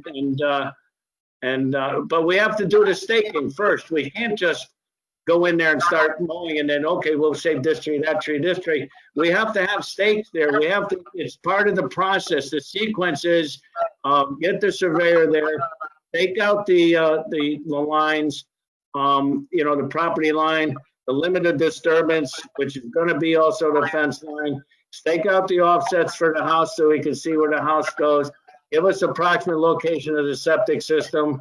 So then we can determine at that point, and we start clearing, if there's anything to save that's reasonable, that's healthy enough, we would do that. But in my opinion, just looking at that, there's nothing in the back there but briars, brush, and some very, dangerous trees and unhealthy trees, except to the rear of the property line beyond the limited disturbance, and along that line going to that limited disturbance in the north, south, north. The property line is 68, and the rear to the limit of disturbance. That corner there might be a few trees. It could be on the property line. Is there a survey available? And there's a large amount of area that because of the old structures that are in there, the foundations and the cistern and everything, that trees are not even, that whole area is barren around those things. There's nothing but briar. And if you're familiar with what briars are, that's very tough to walk through. You had a survey of the property, right? There is a survey. We can't do any planning and design without surveying.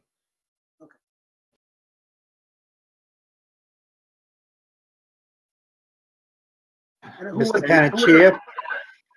And in the most part, between the right of way and the house location is very thin with trees. I'm going to say 60 to 70% of that whole area in the limit of disturbance is briars and brush. So Rick, you guys have a survey, and who was it done from? All right, you see the picture we got there? Right there? Does everybody see that? There's my truck parked in the distance. That's in front of me is pole 14009. There's some boulders there. And the only trees, the trees that are along the right of way in there are diseased and they're not healthy. A lot of them are dead. No, my question is not what trees have to come down. Who did the survey over here? The Spat Bjorken Associates designed the plan, and the Shevlin did the surveying. And there's a picture of the proposed house that's one of my favorite designs that you're looking at now, and that's reverse of where the garage is. You would flip that around. But that's one of my favorite homes. I've designed quite a few, but the surveyor did all the surveying in there.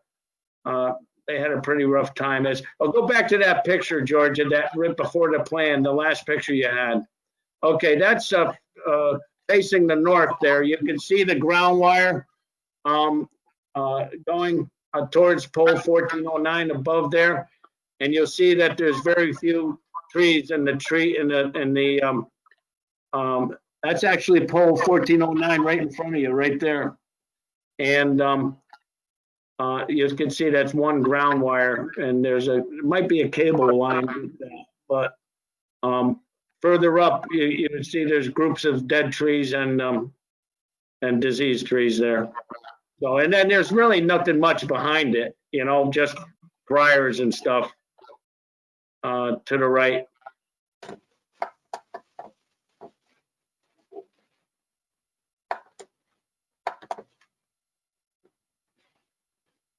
Mr. Panaccia, any other questions? There was one question I didn't answer about he was talking about adding a pole to this side of the road and running a power line from 4209 to that pole, and then underground to the house. I mean, you're adding another pole and you're putting an overhead line in anyway. It just doesn't make sense, and it's probably an additional cost of $5,000 or $6,000 to the owner. Maybe it's something not to be concerned about, but why put another pole in and have an overhead wire and a pole? It's not, it kind of just doesn't sound right for a scenic view to have a lot of poles there. That was my opinion on that. Thank you. You go with the new overhead line anyway, there wouldn't be a pole. You still got to go with an overhead line, whether you put a pole in or not. Thank you. I'd like to go to any members of the audience at this point. Are there any members of the audience that have any general comments to make on this application? Yes. Can you? Yeah, I'm sorry. My name is Anthony Smith. I'm the resident that lives on 68 Garter Road. I guess first and foremost, I just want to make it clear that, I welcome new people moving into the neighborhood. My wife and I actually just moved into our house a year ago.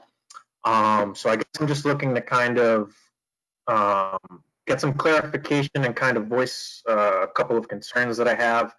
My wife and I, one of the reasons why we bought the house is because we love the property. It's very private. The road's very private.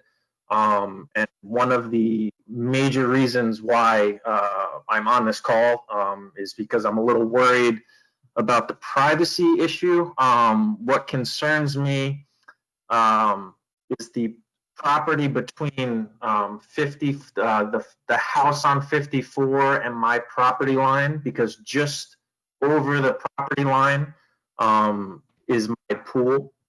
And I'm worried about, I know Mike said that, he likes to try to clear trees 50 feet around the house. And I feel like there's a lot of prominent trees that kind of separate the property and give some privacy to my pool area. So I'm not really sure what I can do about that, but I just wanted to voice my concern on that. Also, I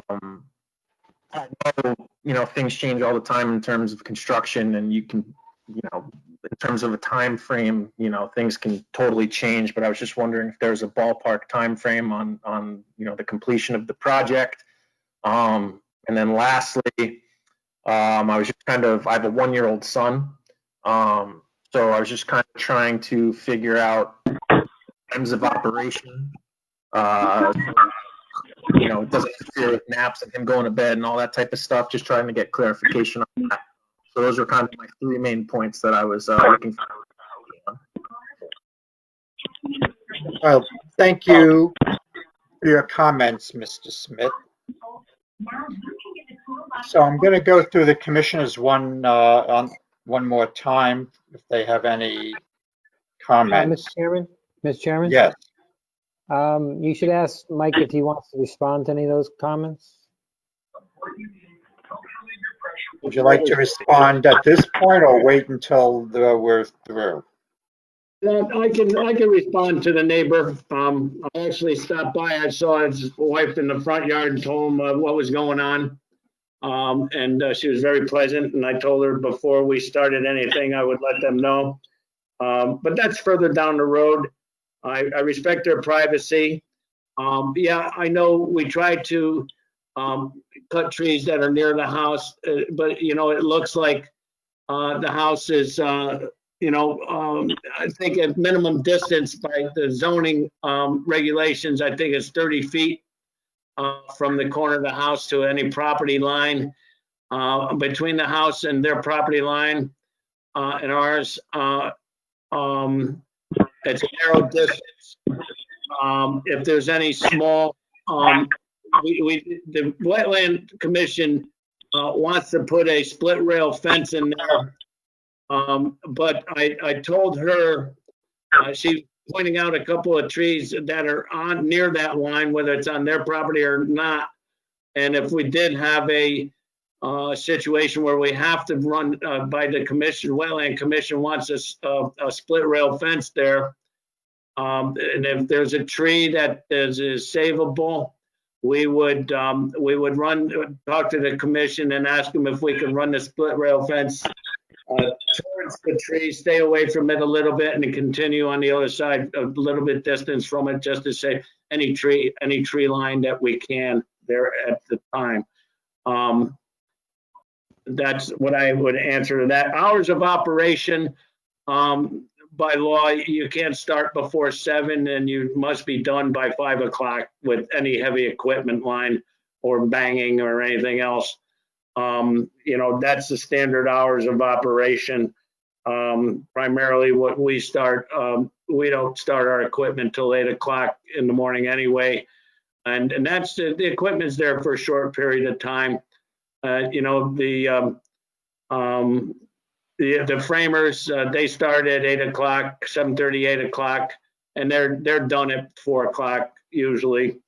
The timeline and construction, from start to finish, I move along pretty good. I've built several hundred homes, so it's 120 days to no more than 150 days. So 4 months.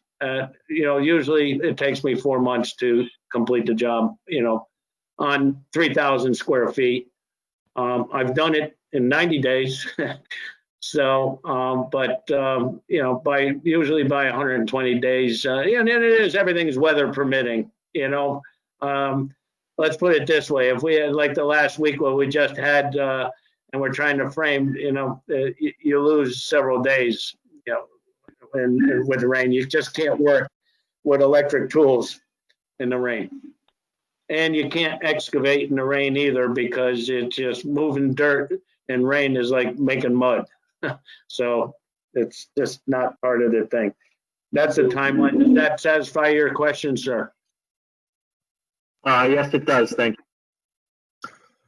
And we'd be glad to meet with you prior to starting and chat a little bit, and then show you or tell you exactly what's going to happen at that point.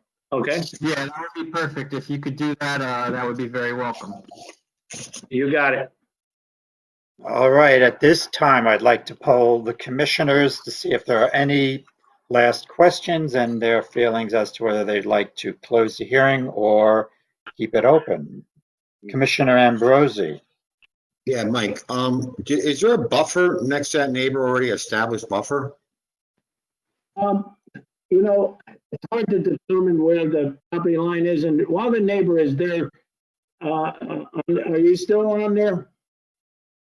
Yes. Okay, does your lawn, you've cut your lawn up to a tree line, is that approximately where the property line is? I think it's tough to tell. I'm guessing that about where my lawn ends is pretty much, if you draw a straight line, is probably my property line. But I'm not 100% sure about that. I'm not either until they actually stake it out.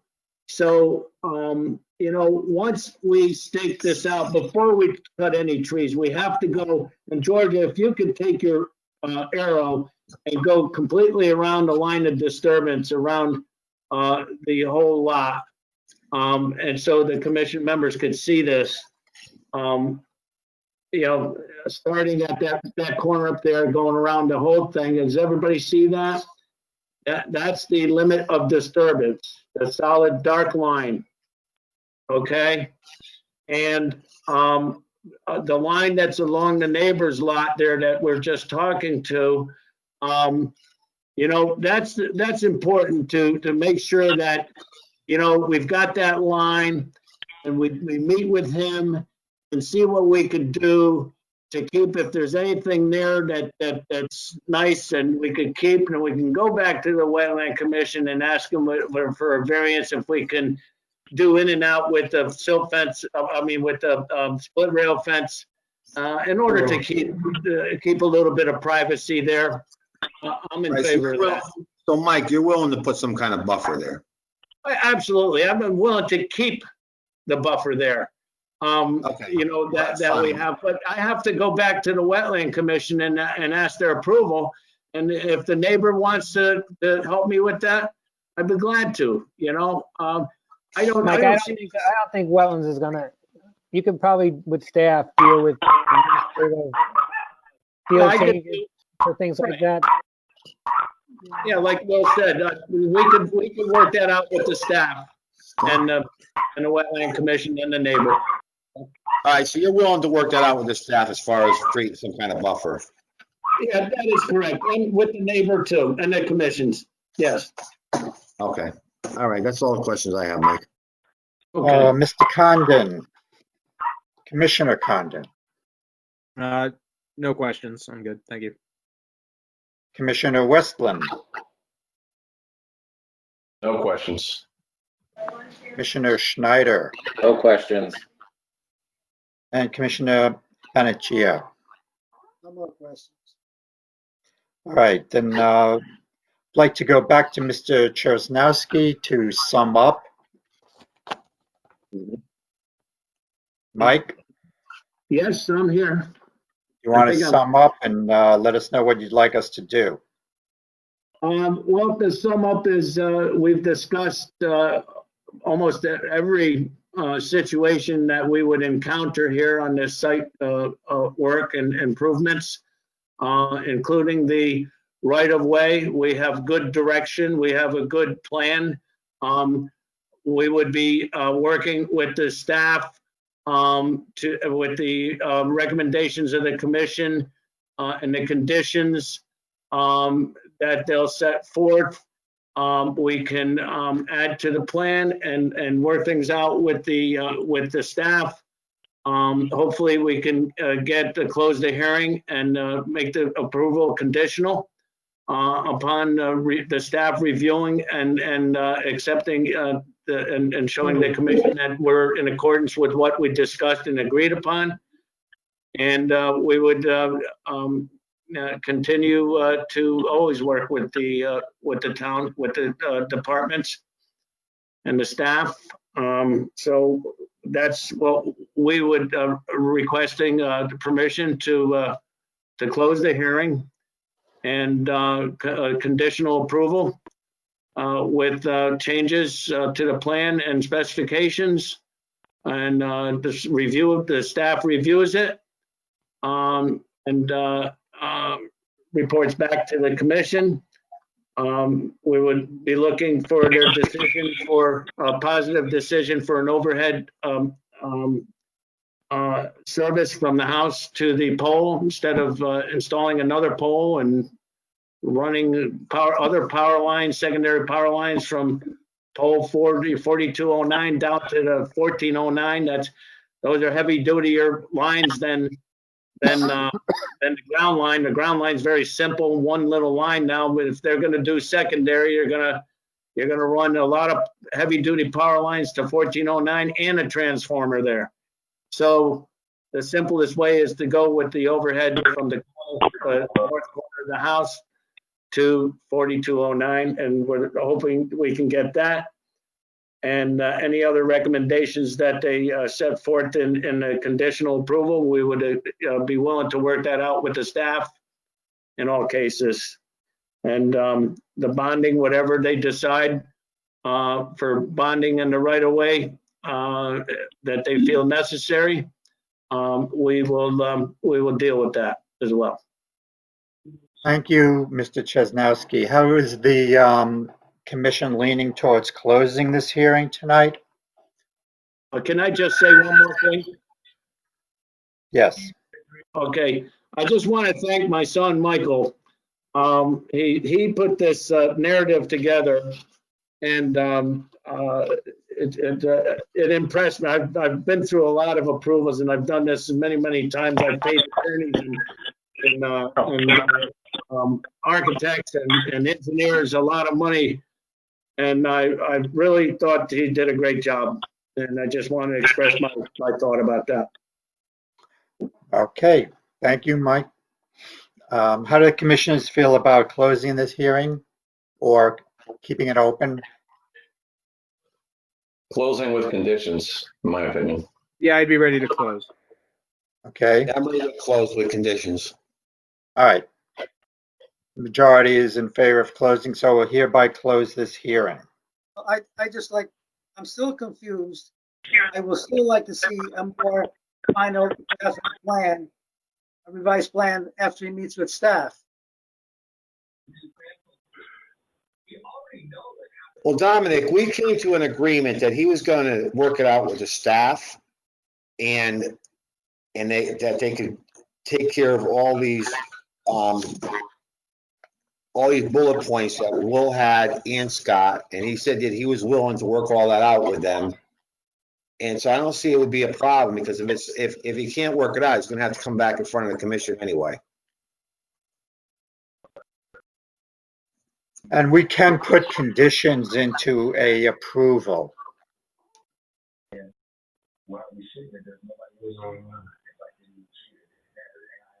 I'm still not clear. He has a survey, but it doesn't know where the lines are.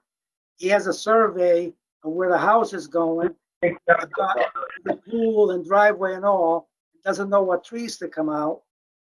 I'm still not clear. He's a seasonal builder, and I still don't know what he has to know or revise. It's a simple thing. I could say yes and let Steph decide, but I don't know. And then, yeah, we have a lot of trust in staff. And what are we doing here? Well, at the moment, you're pretty much assuming that everything within that bold line and in the right of way will be cleared. That's the plan at the current moment.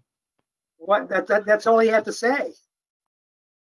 Well, That's that is what he all he had represented. to say is that I need the pool, I need the house, I need the driveway. All these trees have to come out. I had the surveyor stake out the area, and that's what I'm going to do. I think that is his plan, and I believe that if it's possible after he gets in there and he sees he could save a tree or two or three, he'll do his best to do that, and we can make some conditions to kind of do a check on that. But for the most part, this is going to all come out for, I mean, reasons to clear for the house. Okay, so now you said something that is very, very clear to me. He did not. So if that's what you're telling me, then fine. Okay, thank you. Let's move on. So we close the hearing? We close the hearing. Yep, okay. Okay, number 5 on the agenda is a time extension. SCP 2019-10, file number 1618A, 17 Enterprise Drive, I-2 District, J&S Industries, LLC. They're asking for a time extension. I have a letter from Solely Engineering, respectfully requesting an extension to comply with statutory requirements of this approval. They would like an extension from July 1st to commence phase 2 construction to August 30th, 2020. They state they've submitted 3 rounds of revised drawings. They started on February 21st.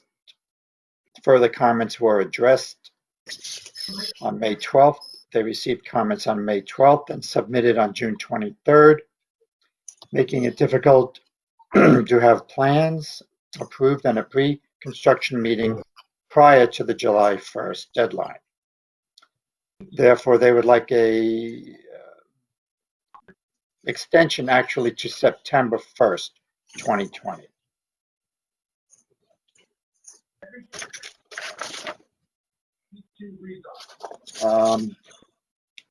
I don't see anything else from staff on this. Is No, there we don't anything have anything on staff on this. This is We've been working with them. They have our latest comments. I have some revisions that I received a day or two ago. So they've been working with us. I have no problems with this extension. All right, the chair needs a motion to grant this time extension.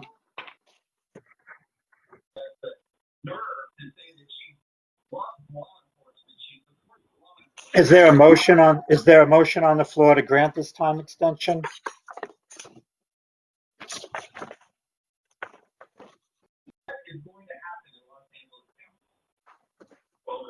I'll make a motion to grant the time extension. I just can't find the name of it.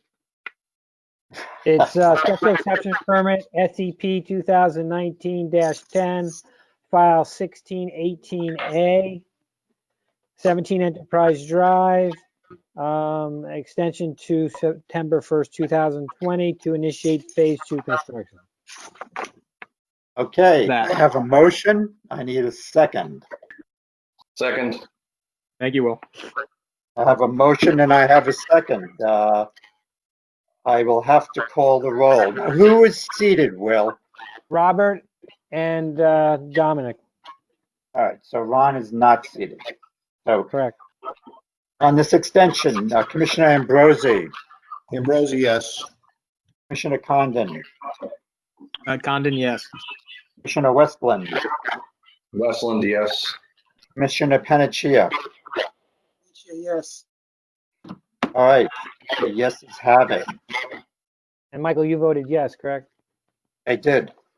Okay, thank you. We're going to item number 6, bond releases.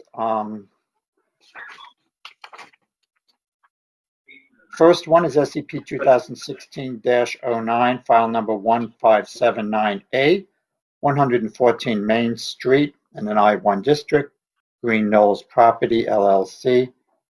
They're requesting a release of their surety bond of $12,000 in full.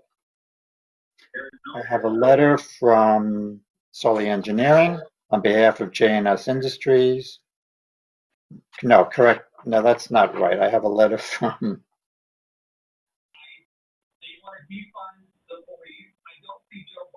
Solely Engineering's on behalf of Dwayne Knoll requesting the release of the bond in full.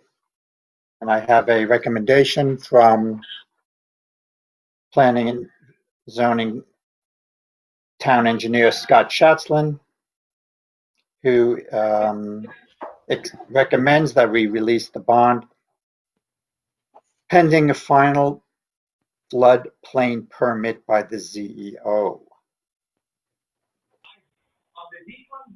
So do I have a motion to request to approve the request for the bond release at 114 Main Street? I'll make a motion to release the bond SEP 2016-09, file 1579A, 114 Main Street, contingent on the acceptance of or the issuance of the final floodplain permit by the ZEO. Second, for Ambrosi. All right, I have a motion and I have a second. We'll call the roll. Commissioner Ambrosi, Ambrosi, yes. Commissioner Condon, Condon, yes. Commissioner Westland, Westland, yes. Commissioner Panaccia, yes. Panaccia, yes. and O'Reilly, yes. Motion Yes. passed. Mike, Motion passed. it's Panici. Panici, 3 syllables. I got it. Can you hear me? Yes, I said yes. thank you. All right, we have another bond release.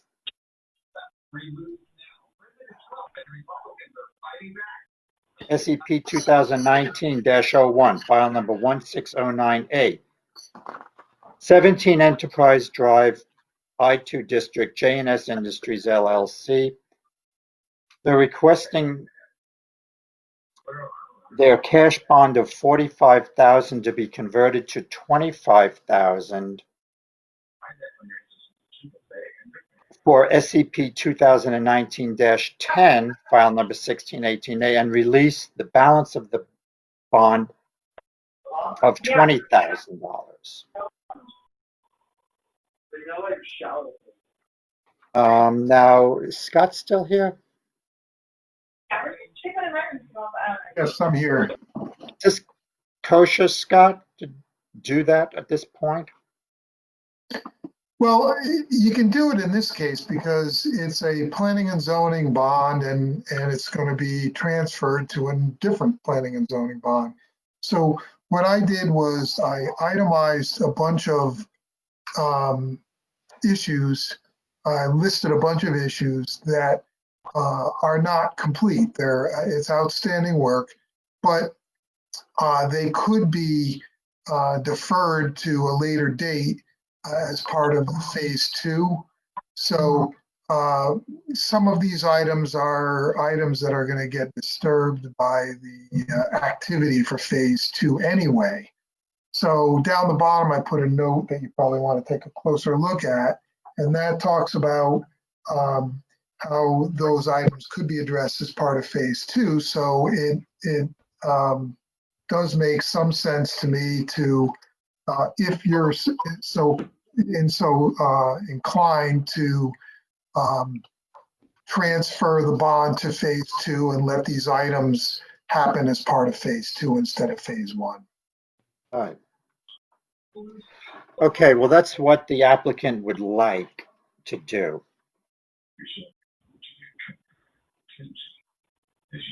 Is there any discussion? Do I have a motion to accept, to approve the bond release or the bond request?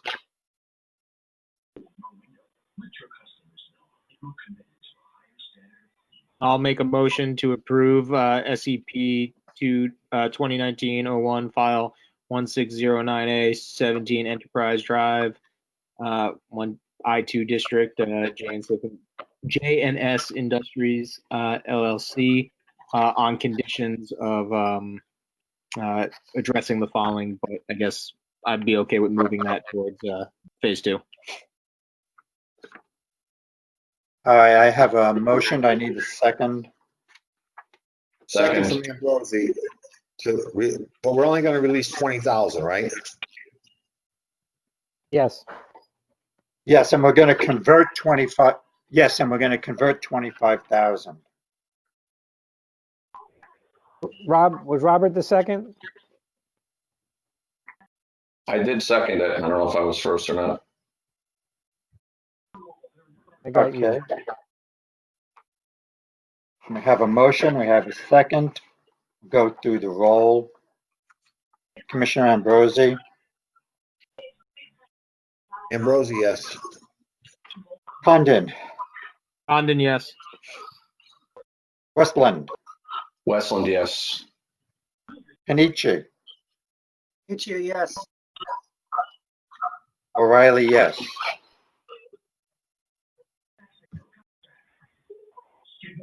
Did you get that, Will? Yep, motion passed 5-0. Okay, the final bond release is SCP 2014-13A3, file number 1549A, 464 Main Street in a B1 district. 464 Main Street LLC are the owners.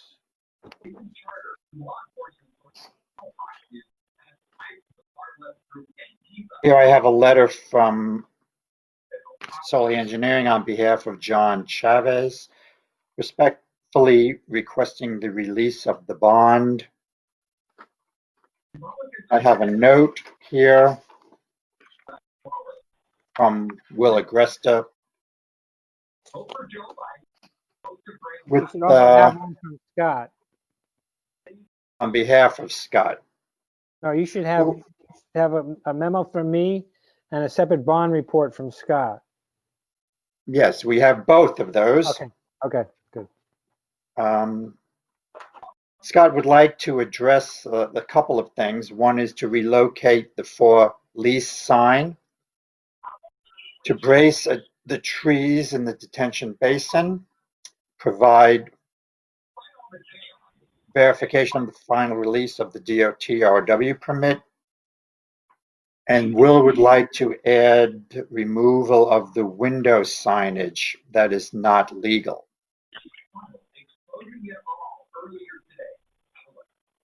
So what we can do is we can release the bond contingent on those following 4 conditions.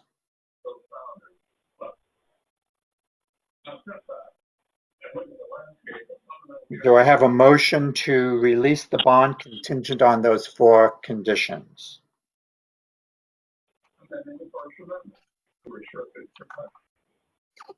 I'll motion to release SCP 2014-13A3, file 1549A, 464 Main Street, B1 District, conditioned on the 4. All right, we have a motion, we have a second. We'll call the roll. Commissioner Ambrosi? Sorry, who Ambrosi, seconded that? You don't have a second, Mike. Do you want to second it? Who seconded? Ambrosi seconded it. Thank you. Now, Ambrosi, we'll call the roll. Ambrosi, Leon? yes. Yep, Ambrosi, yes. Condon? Condon, yes. Westland? Westland, yes. Panici? yes. And O'Reilly, yes. 5-0, motion passed. Item 7 on the agenda, deliberations on pending items. Do you want to deliberate on the new house driveway that we closed the hearing of tonight? Yes. All right, now I believe that we're basically just talking about the driveway on this issue. We're not really talking about the rest of the project here. The driveway and its effect on the right-of-way and its effect on the scenic road. Is that right, Will? Well, it is, but it's more than just the driveway. It's the entire frontage. And so part of the plan is to, cut all the trees in the frontage. So it's really a swath along the frontage that you're really mostly concerned with. All right. And that includes the overhead utilities and things like that. All right, so I'm going to open the floor to discussion amongst those seated members of the commission. Anybody want to start?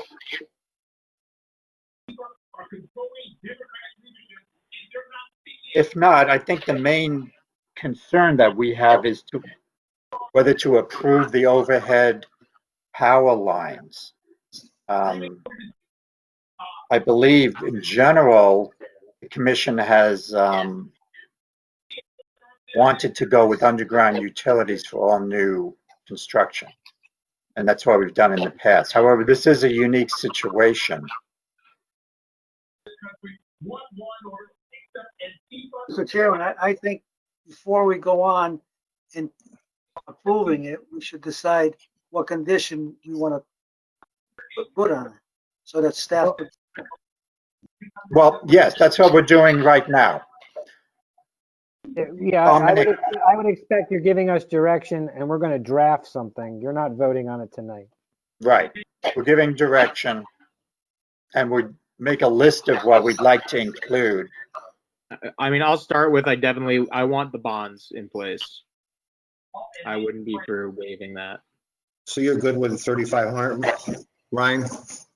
Yeah, I mean, they didn't really come to the table with anything else, so I'm okay with Scott's thoughts on that.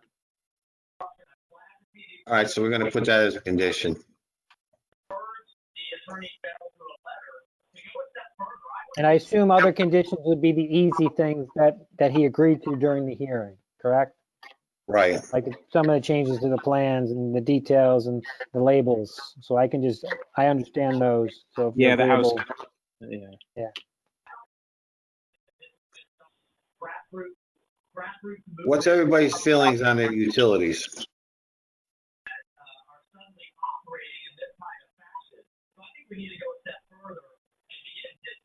My feeling is underground is the way to go.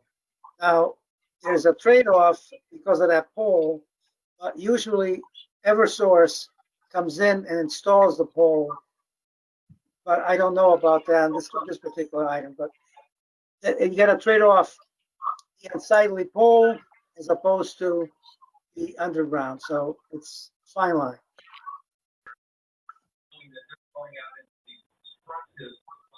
Well, I'm not opposed to going ahead and allowing him to do overhead utility. And I think because of the fact it's on a scenic road, I think the fact that the unsightly pole would be just that unsightly that we should go ahead and allow him to do the overhead wiring.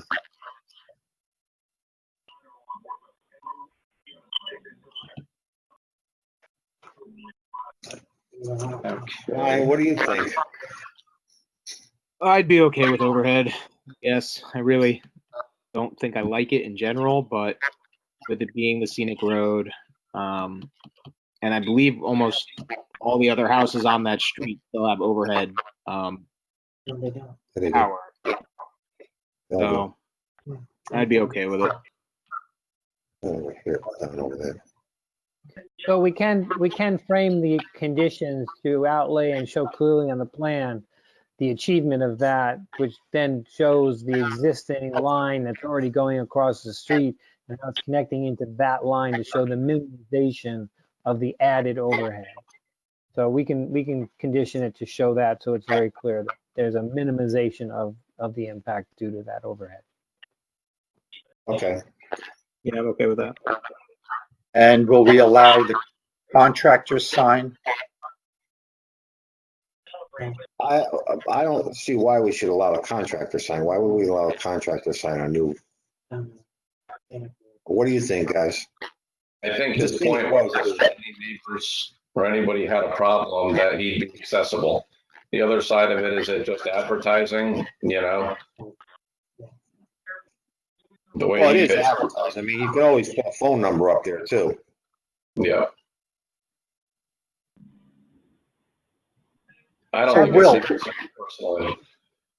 Will, what do we usually do with contractor signs? Well, again, we don't usually get involved in single family homes. This is because it's a scenic road. That standard Right. comes in under the scenic road standards.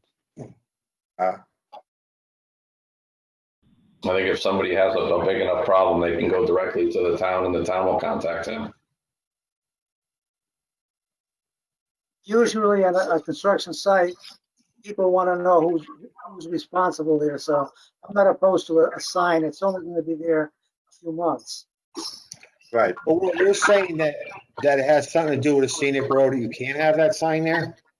Well, that's what brings in the standard. You know, we're looking at the scenic road ordinance, which is different than the rest of the zoning code.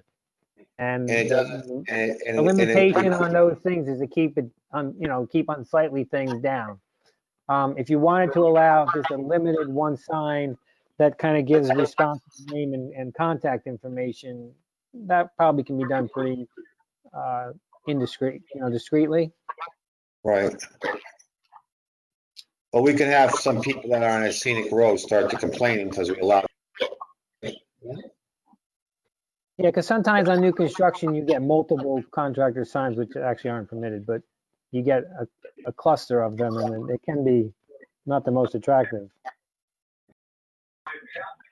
So if there is a complaint there, then they have to remove the signs.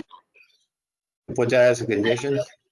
Well, I don't want to put it onto enforcement like that. I'd rather you either let them have it or limit it. I would say no sign. If he really wants the neighbors to be able to reach out to him, I think he can, there's mailboxes. He can go ahead and put a flyer in their mailboxes with his contact info or a business card. Yeah, I'm in agreement with Ryan. the major contractor, the general contractor sign. What was that, Dominic? I'm not opposed to having the major contractor who is building the house, not the subcontractors, but the major, either CM or the general contractor, put a sign that it's strategically not forbearing. But Dominic, are you taking into consideration that this is a scenic road? Yes, it is, but you still have to allow them to do some, if you allow them to do construction, during construction, you have to know who's doing the construction there. Or anyone that causing damages, causing anything, you have to know who's responsible. Otherwise, Well, that's the town's responsibility. That's not the, for the neighbors to deal with. Rob, how do you feel about this? I think it's a scenic road and we need to keep it that way, and I don't think we should allow the sign. All right, then it sounds like we're not going to allow the sign. All right, was there anything else on this? He agreed to grind the stumps, correct? Yeah, I'll do something with regards to that. Again, that's part of the notations and things he agreed to, that I'll build all those things into the condition. All right. And But for he this, also we don't said have, with the- excuse me, with the grinding of the stumps, he was saying 3 to 4 inches. These larger stumps, he's gonna have to go down a lot further than that, or there's gonna be sinkholes. Yeah, I'm gonna craft a condition that makes it clear that we're not gonna see those results. Or he's gonna have to do something to show that doesn't happen. The sinkholes don't show up usually for a couple of years until the rest of the wood rots. Yeah, I know. So I'll build something into that. what are we, do we have anything that we can do with, on this one regarding the buffer to the neighbor, or no? That's a future. No, right? Well, I want him to have some kind of buffer with the neighbor if he could. And he was willing to work that out with the staff and the neighbor.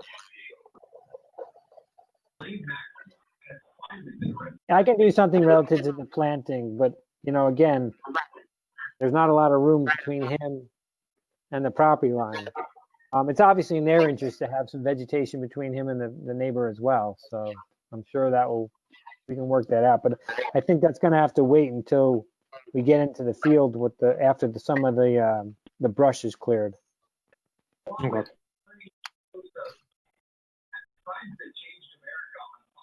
All right, then, are there any other comments or additions? If not, then we'll direct staff to draft an approval with those conditions that we've mentioned. Okay. Agreed. All right.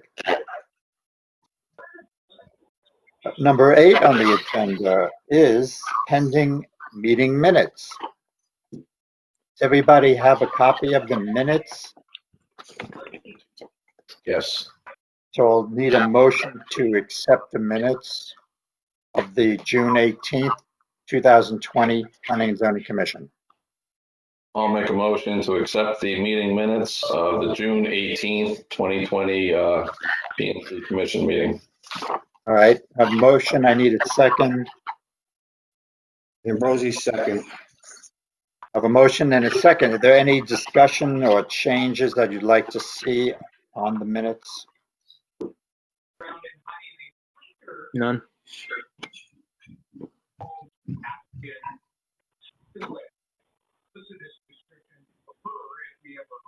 None? All right, then we'll call the roll. Commissioner Ambrosi, Ambrosi, yes. Commissioner Condon, Condon, yes. Commissioner Westland, Westland, yes. and Commissioner Schneider, you're on this one. No, you don't have to do that. You can keep Dom on. That's fine. All right. Dom can just Dominic. abstain. yes. Okay. Abstaining. Item number 9 is correspondence. We don't have any. We'd like to just talk about the next meeting of the Regulations Subcommittee. Rick? Yes.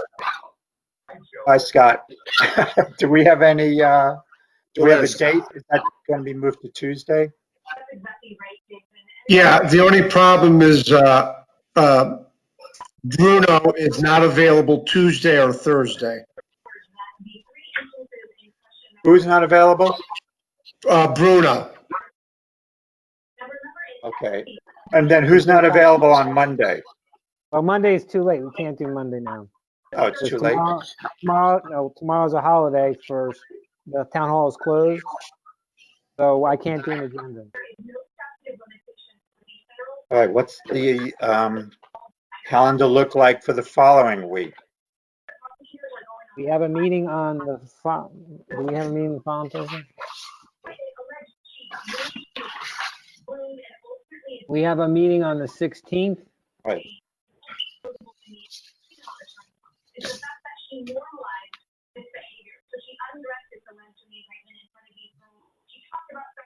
And I'm not available the 14th or the 15th, which is Tuesday and Wednesday.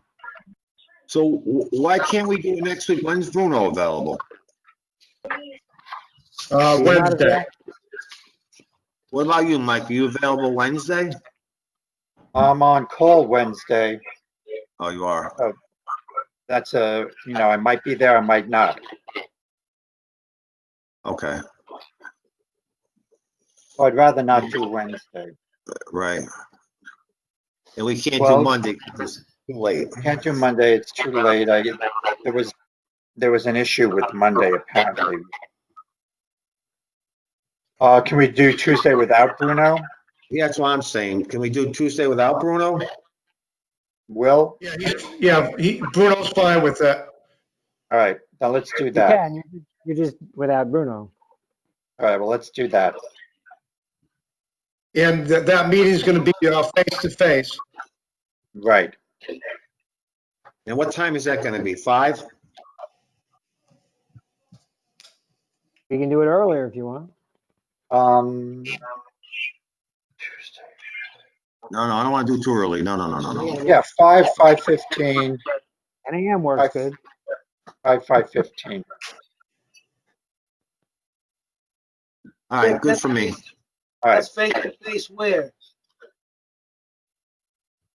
now, Rick, do you have any report?